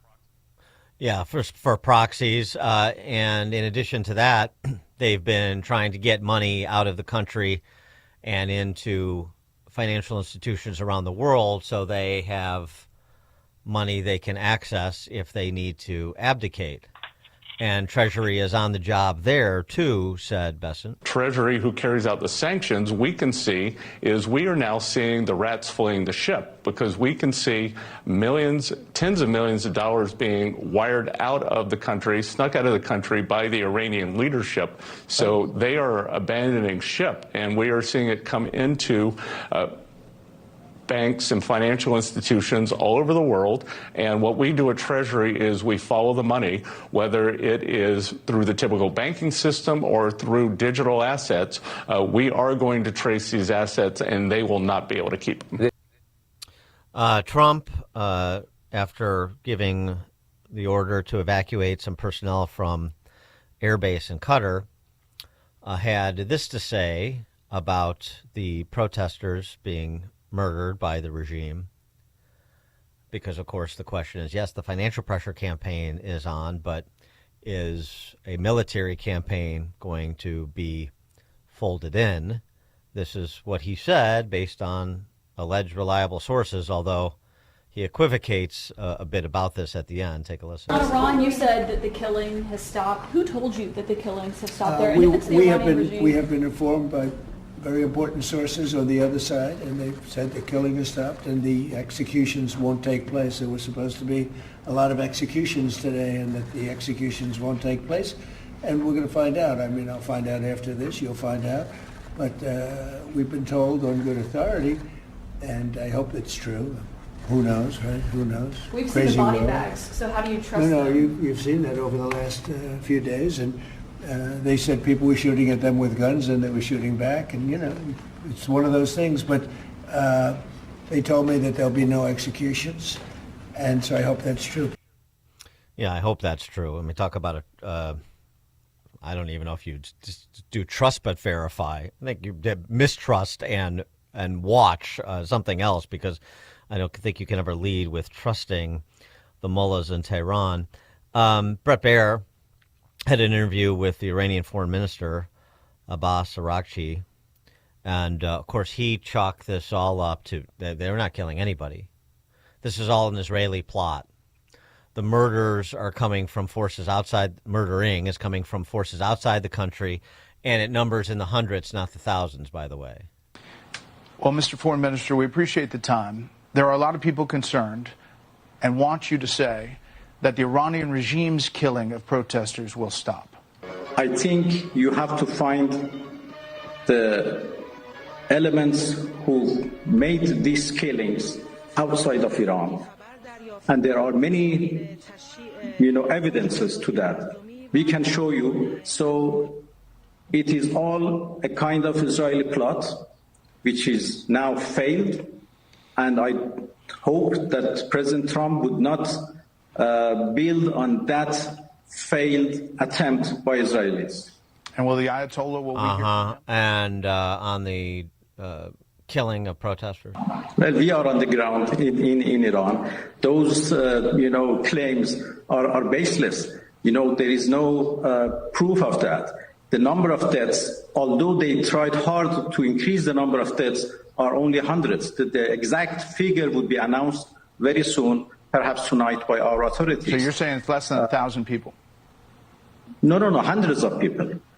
I certainly, deny the numbers and figures they have said. It is an exaggeration. It is a misinformation campaign only to find excuses to do another aggression against Iran. Well, that's a really interesting attitude toward the death of hundreds of your citizens, as you say, which is to try to minimize the killing that's occurred, even though you say it wasn't the regime that did the killing, it was an Israeli plot, foreign interlopers. You would think that a foreign minister would be outraged that foreign interlopers had killed hundreds of his citizens by his own words, but he's not. He's trying to minimize it.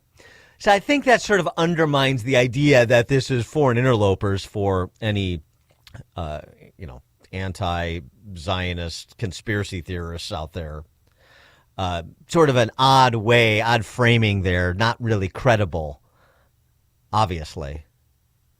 For more on this, what comes next, including a military option, please be joined by Cliff May, president of the Foundation for Defense of Democracies and foreign affairs columnist for the Washington Times. Cliff, thanks for joining us. Appreciate it. Good to be with you, Dan, always. So the state of play and whether or not we should consider a military strike, and if so, should the target be the Ayatollah, even though the reporting is, he's already 3 successors named down the line in case people get taken out, or should it be the actual IRGC and offshoots of the IRGC that are engaged in the killing of Iranian citizens? Exactly. And so my educated guess is that there's a long list of options being presented to the president. And then it's a little bit like playing chess. We make this move, what's the counter move? If we do this, will we be helping the opposition? Will we be helping to bring down the regime? Is that what we want to do? Would we rather weaken the regime? It's not an easy thing to figure out, but there are lots of options. The president has begun by saying, I'm imposing a 25% tariff on any country that does business with Iran. That's that's consequential in itself, but it's not enough at this point. I think the president will look at these options, listen probably to, in particular, who's listened to Marco Rubio, both Secretary of State and National Security Advisor, to Vice President Vance. My guess is they don't see things exactly eye to eye. The Secretary of the Treasury, Bessent, has been very strong on this. Look, this regime has been in power since 1979. I was there covering the revolution as a young journalist. This revolution is an Islamic revolution. It wasn't an Iranian revolution. Its goals have been very clear since the beginning. Death to Israel, death to America. This regime is also very closely tied in what I call an axis of aggressors to Moscow, Beijing, North Korea, and until very recently, to the regime in Venezuela as well. It's an adversarial, anti-American regime, and there's an opportunity, at least an opportunity, I'm not predicting it's going to happen, for this regime to fall and something better to take its place. The historian Neil Ferguson, writing about this, said, to the point that you were just describing, what's happening is not a revolution, it's a counter-revolution. It's a counter-revolution to the revolution that occurred in '79, and there are maybe there is not unified opinion about what should come next, where the opportunity presented, it should a restoration of a monarchy or some sort of form of quote-unquote democracy. And Ferguson makes the point, just in terms of looking at this historically, is that counter-revolutions are usually unsuccessful. Is that an important point that Ferguson is driving, to understand this properly as a counter-revolution, both in terms of the prospect for success as well as the thinking about what comes next, what would come next? Yeah, Neil Ferguson always makes important points, and there's several there. Let me address one or two. The first is, yes, it's a counter-revolution against what revolution? And I alluded to this earlier. When I was in Iran, a lot of people said this is an Iranian revolution. It was not an Iranian revolution. It was an Islamic revolution. It was, if anything, it suggested or made the case that Iran before Islam was not a great civilization. It was a terrible civilization. What you're seeing now, this counter-revolution, is against the Islamists, against the jihadists, against the Islamic Revolution in 1979. And most, I believe, of those who are protesting are, I would say, Iranian nationalists. They want to, their cheers are, will not for Palestine, not for Lebanon, our lives for Iran. What do they mean by Iran? They mean the ancient civilization of Iran. What flag do they use? They use the lion and the sun. That's the ancient Iranian civilization's flag. Now, the Crown Prince, Reza Pahlavi, who I know, who lives in America, the son of the Shah, who in January 1979 left the country, what he's been talking about is not being a dictator, not being the Shah in the way his father was, although there were democratic procedures in those days. There was a parliament and all that, but as a symbol, kind of like a constitutional monarch, like the King of England, something like that, a unifying force in a country that's about 50% Persian, but about 50% other minorities, something along those lines. All that said, let me get back to Neil's other point. Counter-revolutions and even revolutions often do not succeed. Think of 1989, Tiananmen Square. The Chinese put it down. How do we know what succeeds? Here's the thing. In 1979, the Shah of Iran was not about to kill tens of thousands of his people.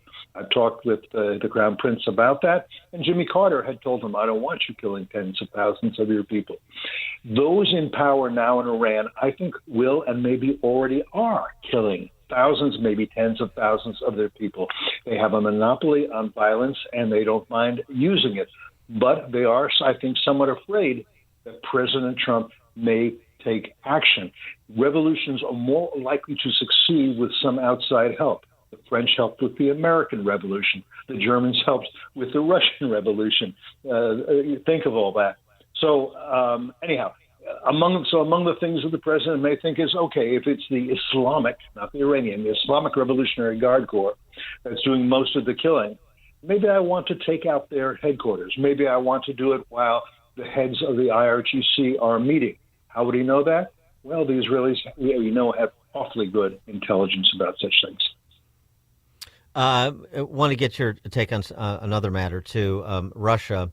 Trump last week greenlit a Russia sanctions bill with more than 80 Senate co-sponsors that would allow him to impose tariffs of up to 500% on countries that purchase Russian oil.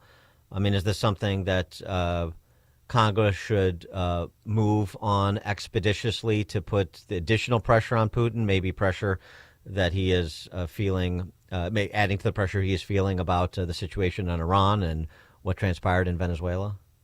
That is certainly what I think should happen. That would certainly be my advice. I would like to see that come to pass. From what I understand, it's moving slowly at best. The Senate wants the House to go first. President Trump has got a lot of balls in the air. He's not he's approved of this, but not put political capital behind it at this point. But yes, unless pressure is put on Putin, I don't see him compromising at all.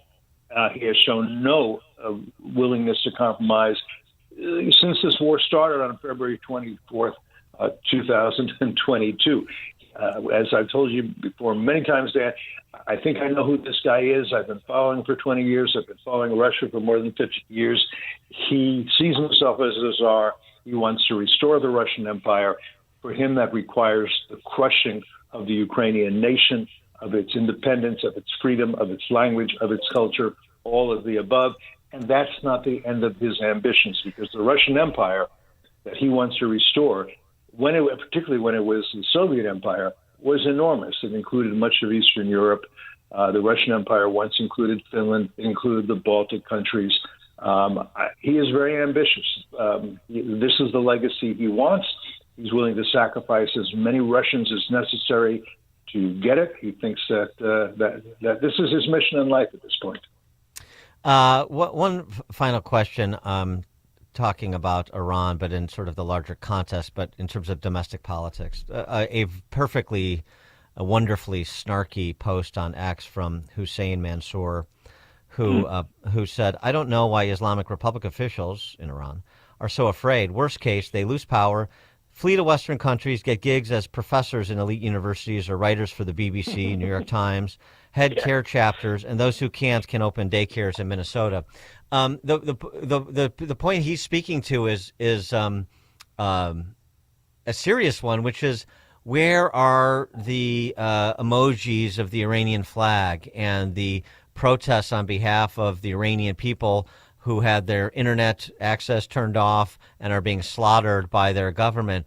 Why don't we see that in the Western countries the way we did for Ukraine or for Hamas? What's your take?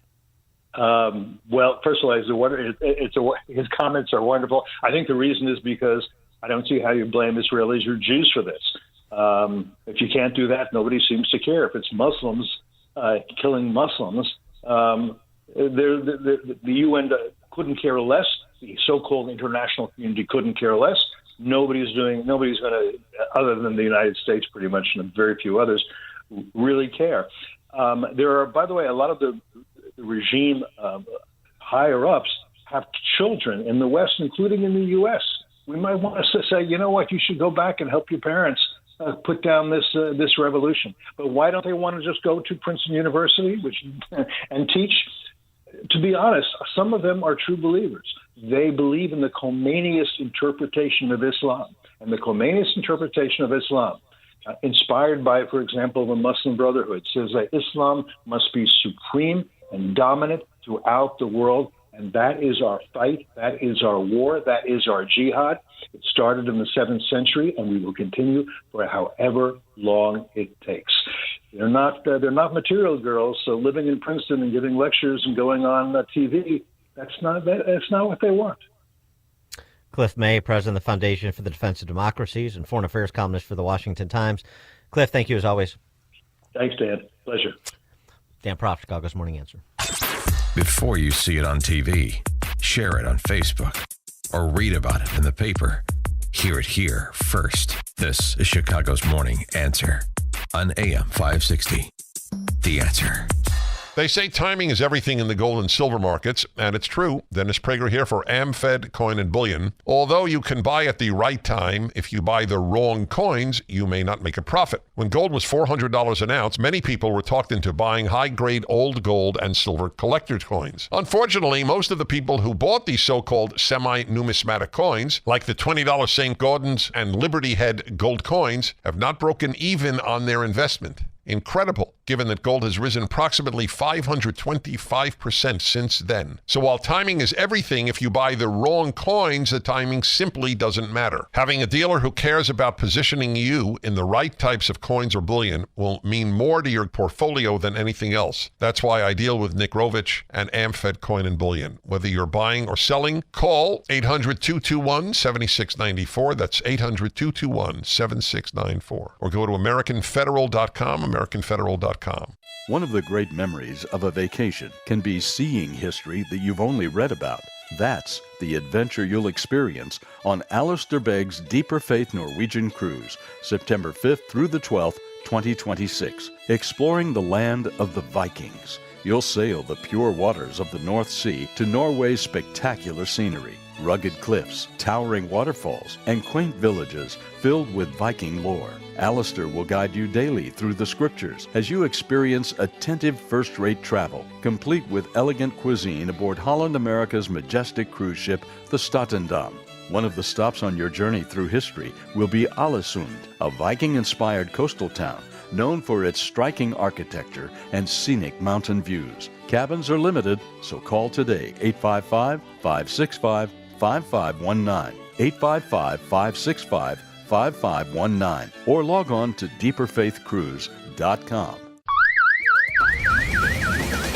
This news alert is brought to you by Secure Controls Incorporated. With no signs of retail theft slowing down, organized retail crime now impacts the overall economy with losses trending toward over $150 billion by 2026. It's important now more than ever to send a message to thieves. If you're a VP or Director of Loss Prevention or Asset Protection, you already are aware of these alarming statistics. How can you protect your inventory and get back to rising profitability? It only takes one click to secure.com. That's SE-KURE.com. With active anti-theft security solutions and products from Secure Controls, you're assured state-of-the-art protection of your merchandise. Secure will keep thieves second-guessing and provide peace of mind to your employees. Check out our products manufactured in the USA. From electronic sensors and alarms to mechanical and clothing security to customized solutions. We're the original inventors of anti-shoplifting products. Request our product catalog today at secure.com, SE-KURE.com,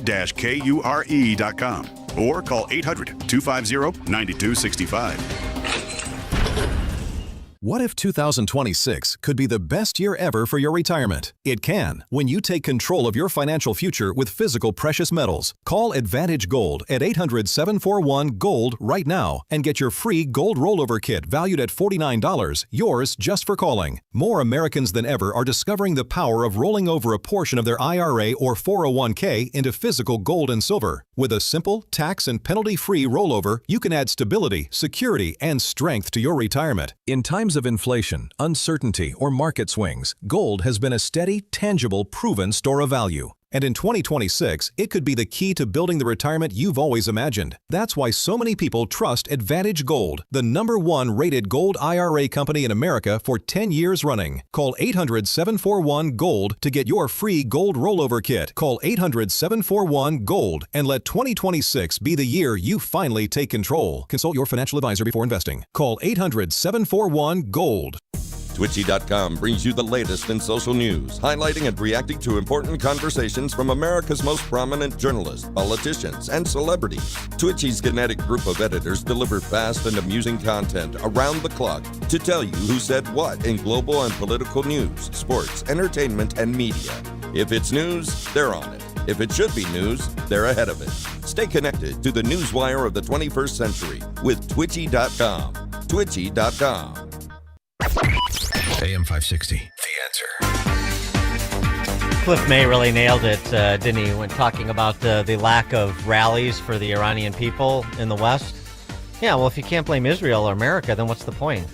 Who cares if Muslims kill Muslims?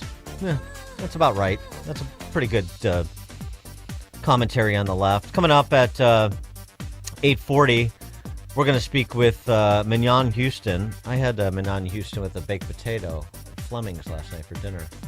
He's the deputy spokesman for the State Department. We're going to talk about the new enhanced vetting that is being done with respect to those who desire to emigrate to this country. Maybe talk about Trump threatening to invoke the Insurrection Act in Minnesota as well. That's all at 8:40. Now we check the headlines.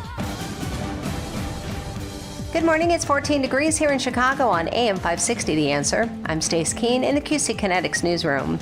One man is dead and 2 others wounded following a shooting in the Morgan Park neighborhood last night. According to reports, a 28-year-old male was shot in the back. He was transported to the hospital where he later died. A second man received multiple gunshot wounds. He was listed in critical condition at an area hospital, and a third man is in good condition, suffering an injury to his foot.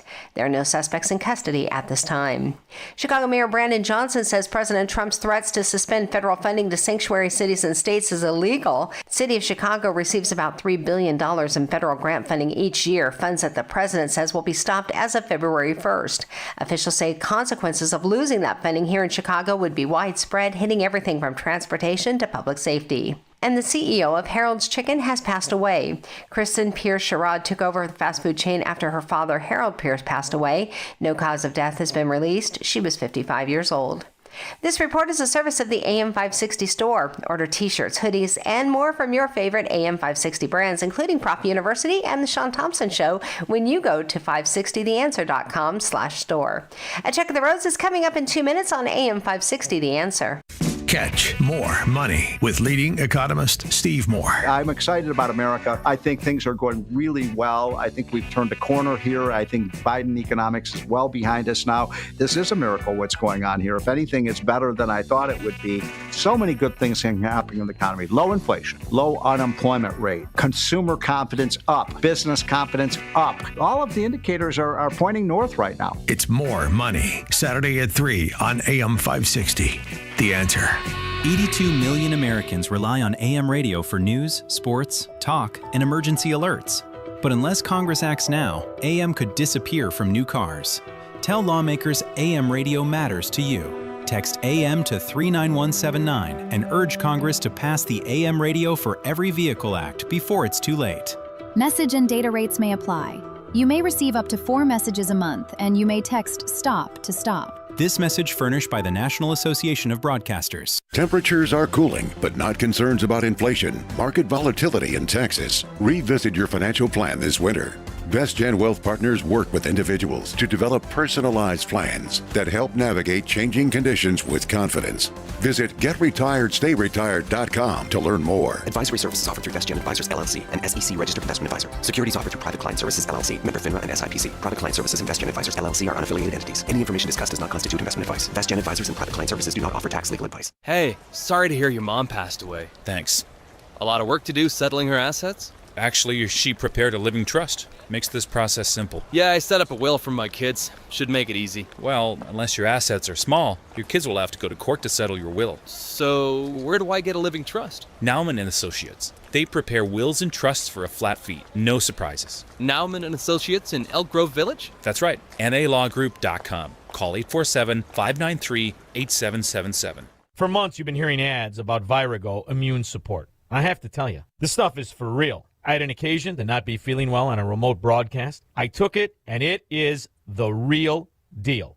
And the stronger your immune system, the stronger your body defends against diseases, viruses, and everything else. That's why Dr. Huber created Virago, a liquid immune booster supplement. You take it daily. It's a blend of 23 nutraceuticals working in synergy to maximize effects and boost your immune system. It's the nutraceutical cocktail for an immune system, antiviral, anti-inflammatory, antioxidant. Virago even protects your heart, your kidneys, your liver, all in a unique liquid supplement for better absorption. Do yourself and your spouse a favor. Order a bottle of Virago today online at myvirago.com. That's myvirago.com. Use coupon code IMMUNE to save 30%. Maha and Virago, making America healthy again. This hourly segment is brought to you by The Real Story with Jeannie Ives, powered by Breakthrough Ideas, Sunday evening at 7 on AM 560 The Answer.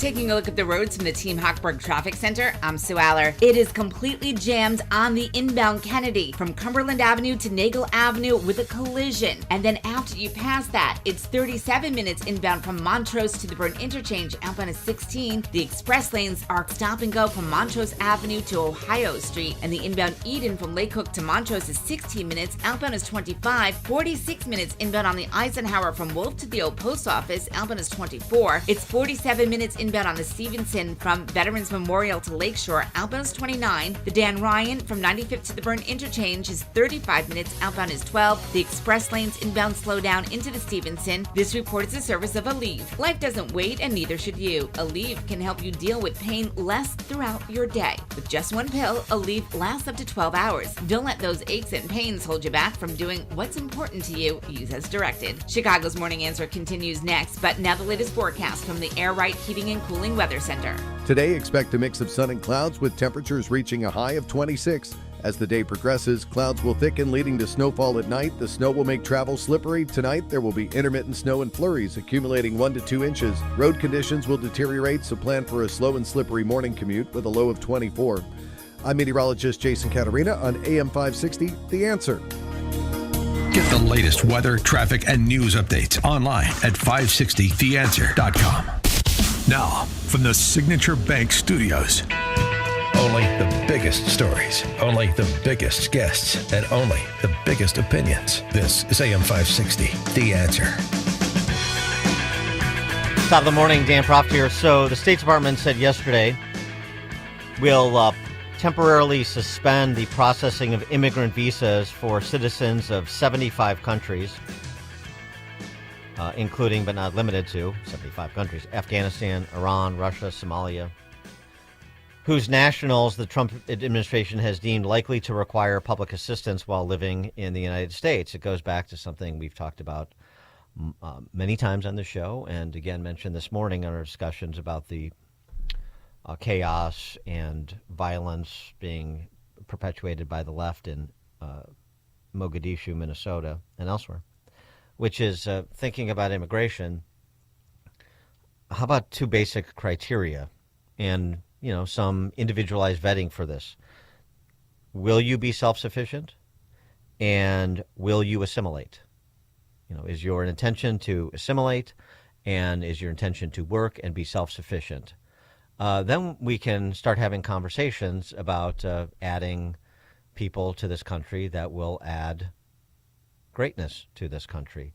It seems fairly straightforward, although, of course, it evades the left engaged in the demagoguery we heard from Tim Walz and AOC and others this morning. For more on the topic, we're pleased to be joined by Mignon Houston, who is a deputy spokesman for the Department of State, the State Department. Mignon Houston, thanks so much for joining us. Appreciate it. It's great to be here. Thank you for having me. So tell us the thinking behind the pause that was announced, and also if you could provide some color on the extended, enhanced vetting that is going to be undertaken by the State Department going forward. Well, look, just as you mentioned, President Trump has made very clear that immigrants must be financially self-sufficient.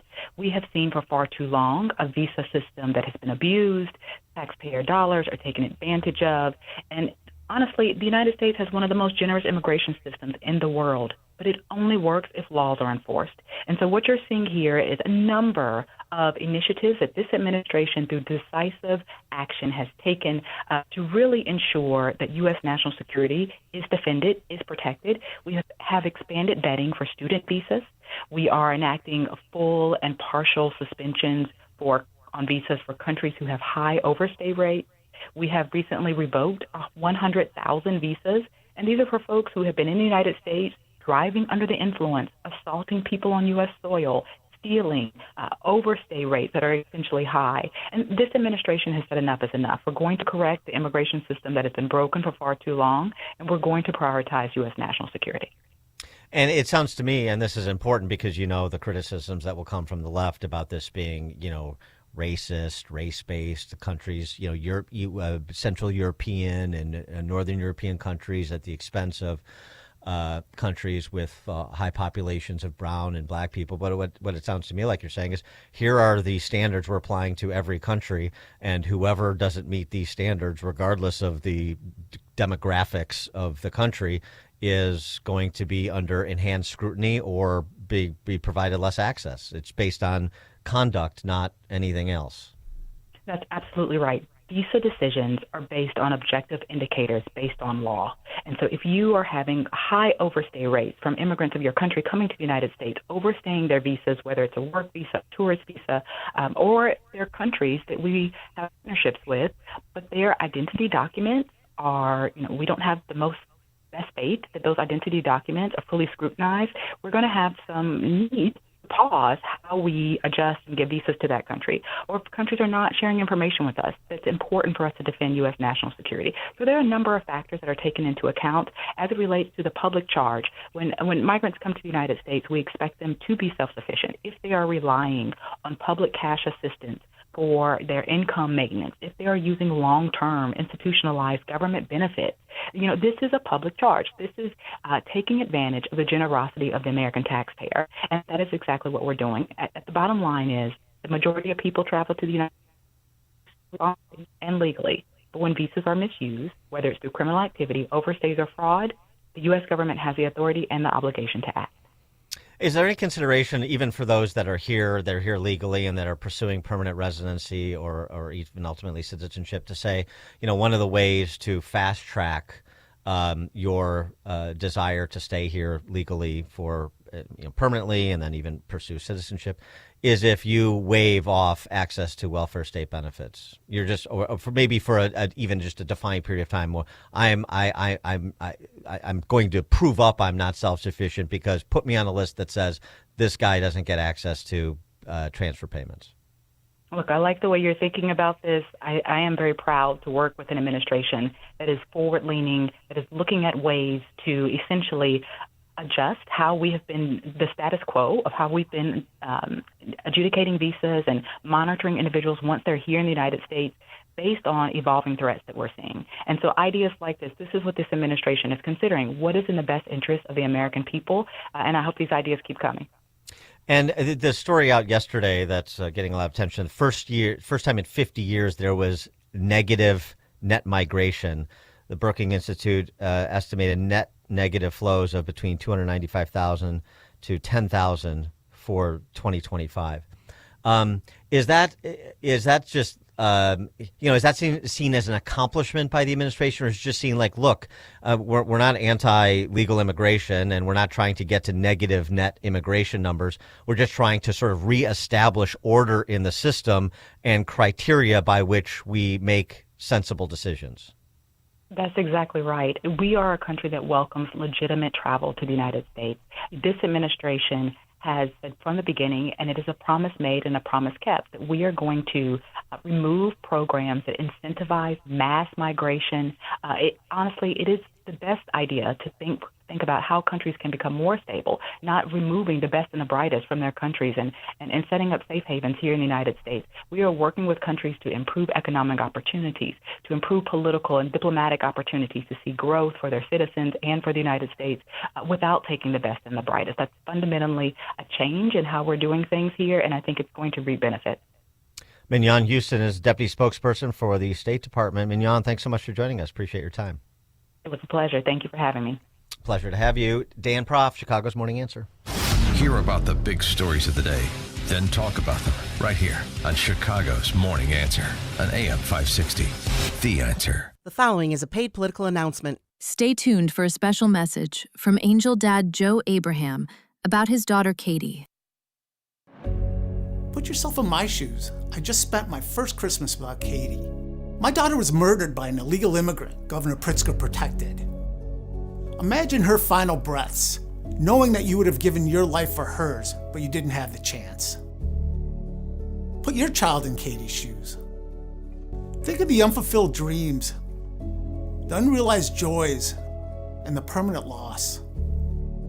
I'm not a political guy, but when politicians unleash violent criminals, we all need to get involved.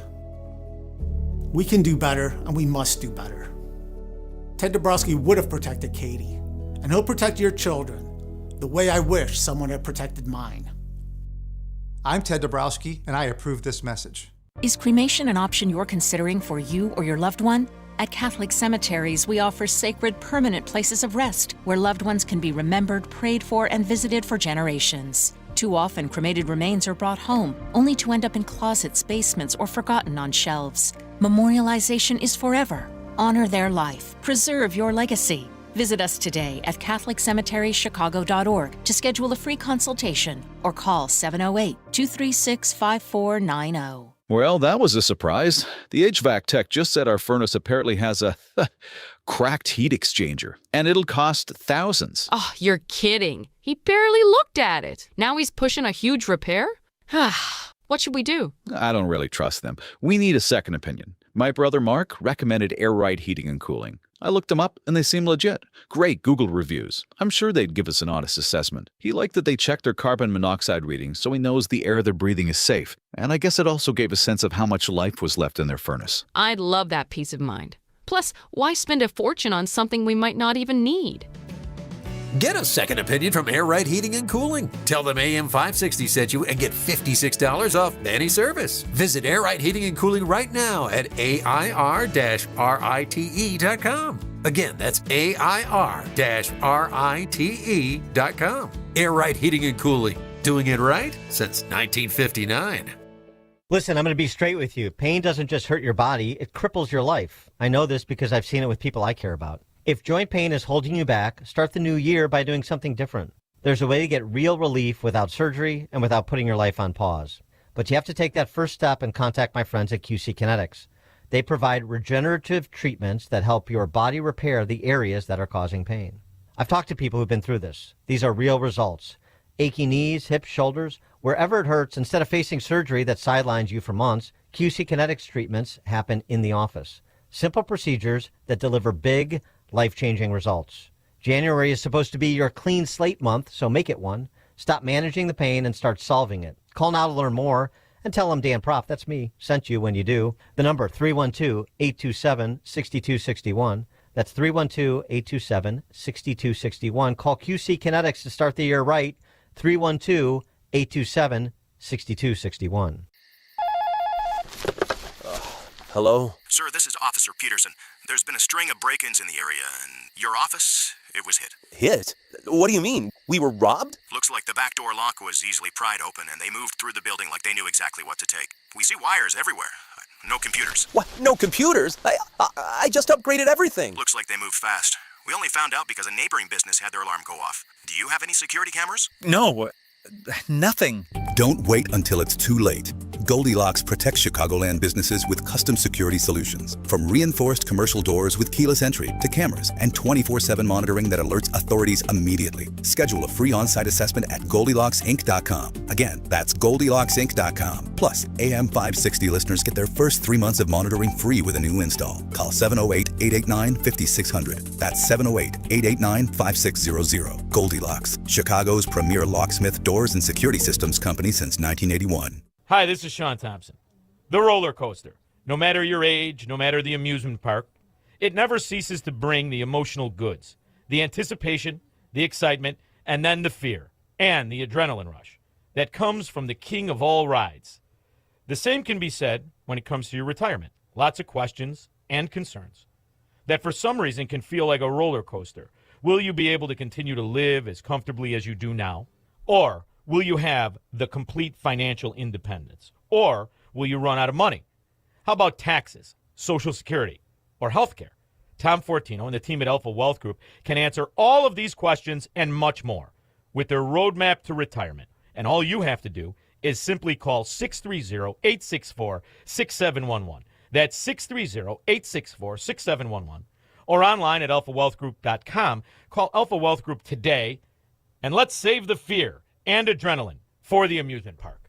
Sheepdog, in theaters January 16th. I just want to wake up in the morning and feel something. U.S. Army veteran Calvin Cole confronts his past and through the tough love and support of his community finds the courage to rebuild. Sometimes we gotta fall apart to find ourselves all over again. Raw, real, and powerful, critics hail Sheepdog as one of the best films of the year, and the Charlie Kirk Show declares it a must-see film. See Sheepdog in theaters Friday, January 16th. Rated R, under 17, not admitted without parent. You still thinking job change in the new year? Yeah, I need something that's in high demand and more stable in this economy. IT? Yeah, cybersecurity, maybe even AI. That's what I did. Really? How? Went to My Computer Career. You don't need any prior experience, and you could start your new career in a matter of months. A lot of IT pros go to school there, too, to level up. Sweet. Are classes online or on campus? Both. Wow, I'll check it out. Thanks. Make this your year. Take the free career evaluation now at mycomputercareer.edu, an Elite CompTIA certification partner. Financial aid is available to those who qualify, including VA benefits. This is a special alert to all Americans who own a vehicle with less than 200,000 miles with an auto warranty about to expire or with no warranty coverage at all. Due to a decline in the economy, CarShield is announcing a low-cost month-to-month vehicle protection plan that is now available to the public to save any driver out-of-pocket expenses on future auto repairs. Call now to find out how you can pay almost nothing for covered auto repairs. Yes, you heard that correctly. Pay almost nothing for covered auto repairs. An open phone line has been established for all drivers to call for a free quick quote.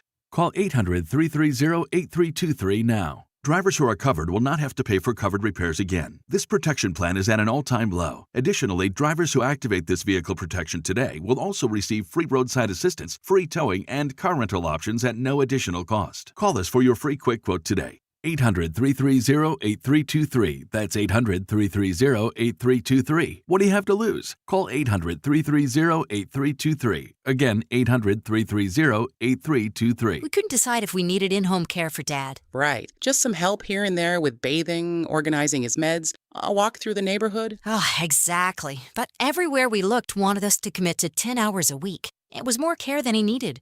And it didn't make sense to spend extra for it. Then we found Senior Helpers of Naperville Southwest. Only 4 minimum hours. We were shocked. Now a caregiver stops by once or twice a week to help with the small things that make a big difference. And Mom loves the visits. It's not just help. It's companionship.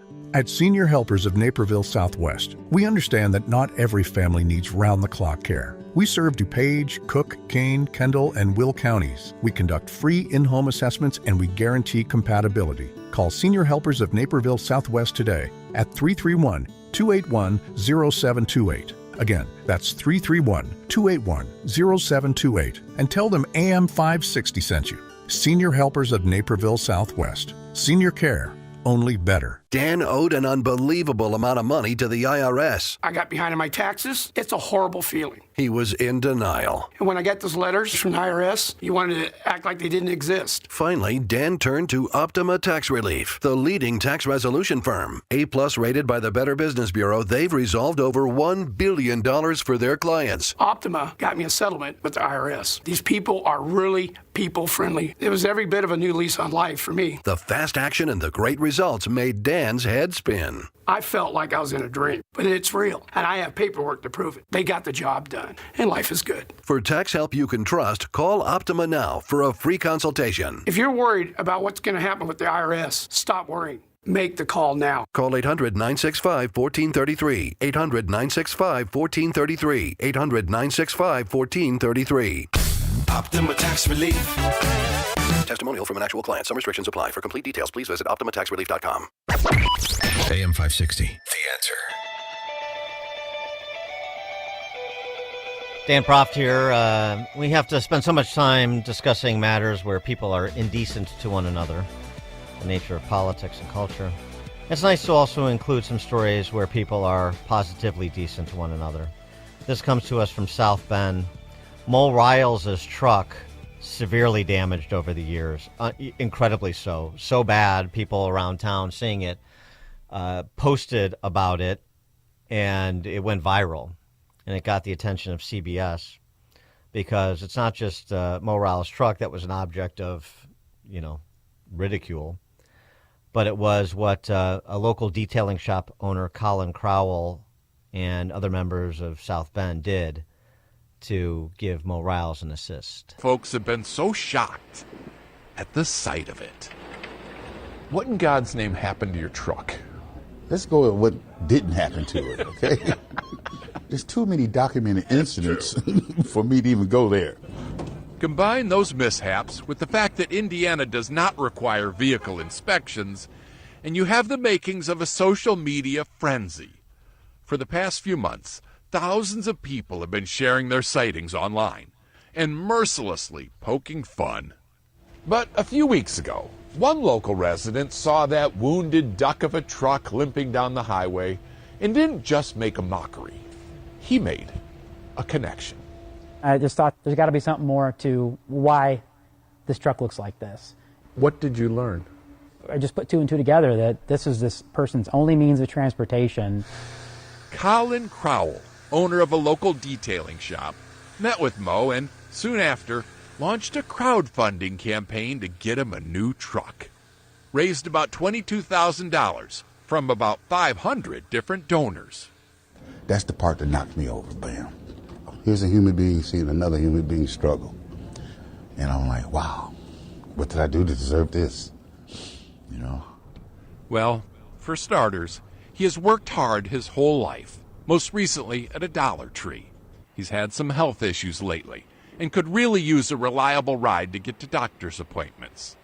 So, last week, Mo took his truck for one last ride to the local Chevy dealer, where he was gifted this shiny 2019 Silverado.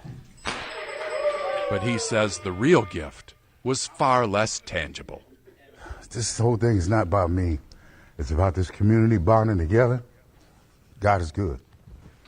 Once again, evidence that people are good, too. Nice story. Well done, Colin and team, and Mo, too. It is now 9 o'clock on AM 560 WIND Chicago. A warning from the White House. I'm Dave Anthony, Fox News. After another night of protests in Minneapolis and clashes with police, and people even angry over another ICE-involved shooting, though Mayor Jacob Fry, who wants ICE out of Minneapolis, told them to go home. For those that have peacefully protested, I applaud you. For those that are taking the bait, you are not helping. Homeland Security says the federal officer shot an illegal immigrant in the leg after he and two others had fought the agent, and Fox's Jeff Manasso reports. President Trump on Truth Social threatening to potentially take control of the Minnesota National Guard and send in the troops, saying if the corrupt politicians of Minnesota don't obey the law and stop the professional agitators and insurrectionists from attacking the patriots of ICE. The U.S. military seized yet another oil tanker in the Caribbean that the Trump administration says had ties to Venezuela and was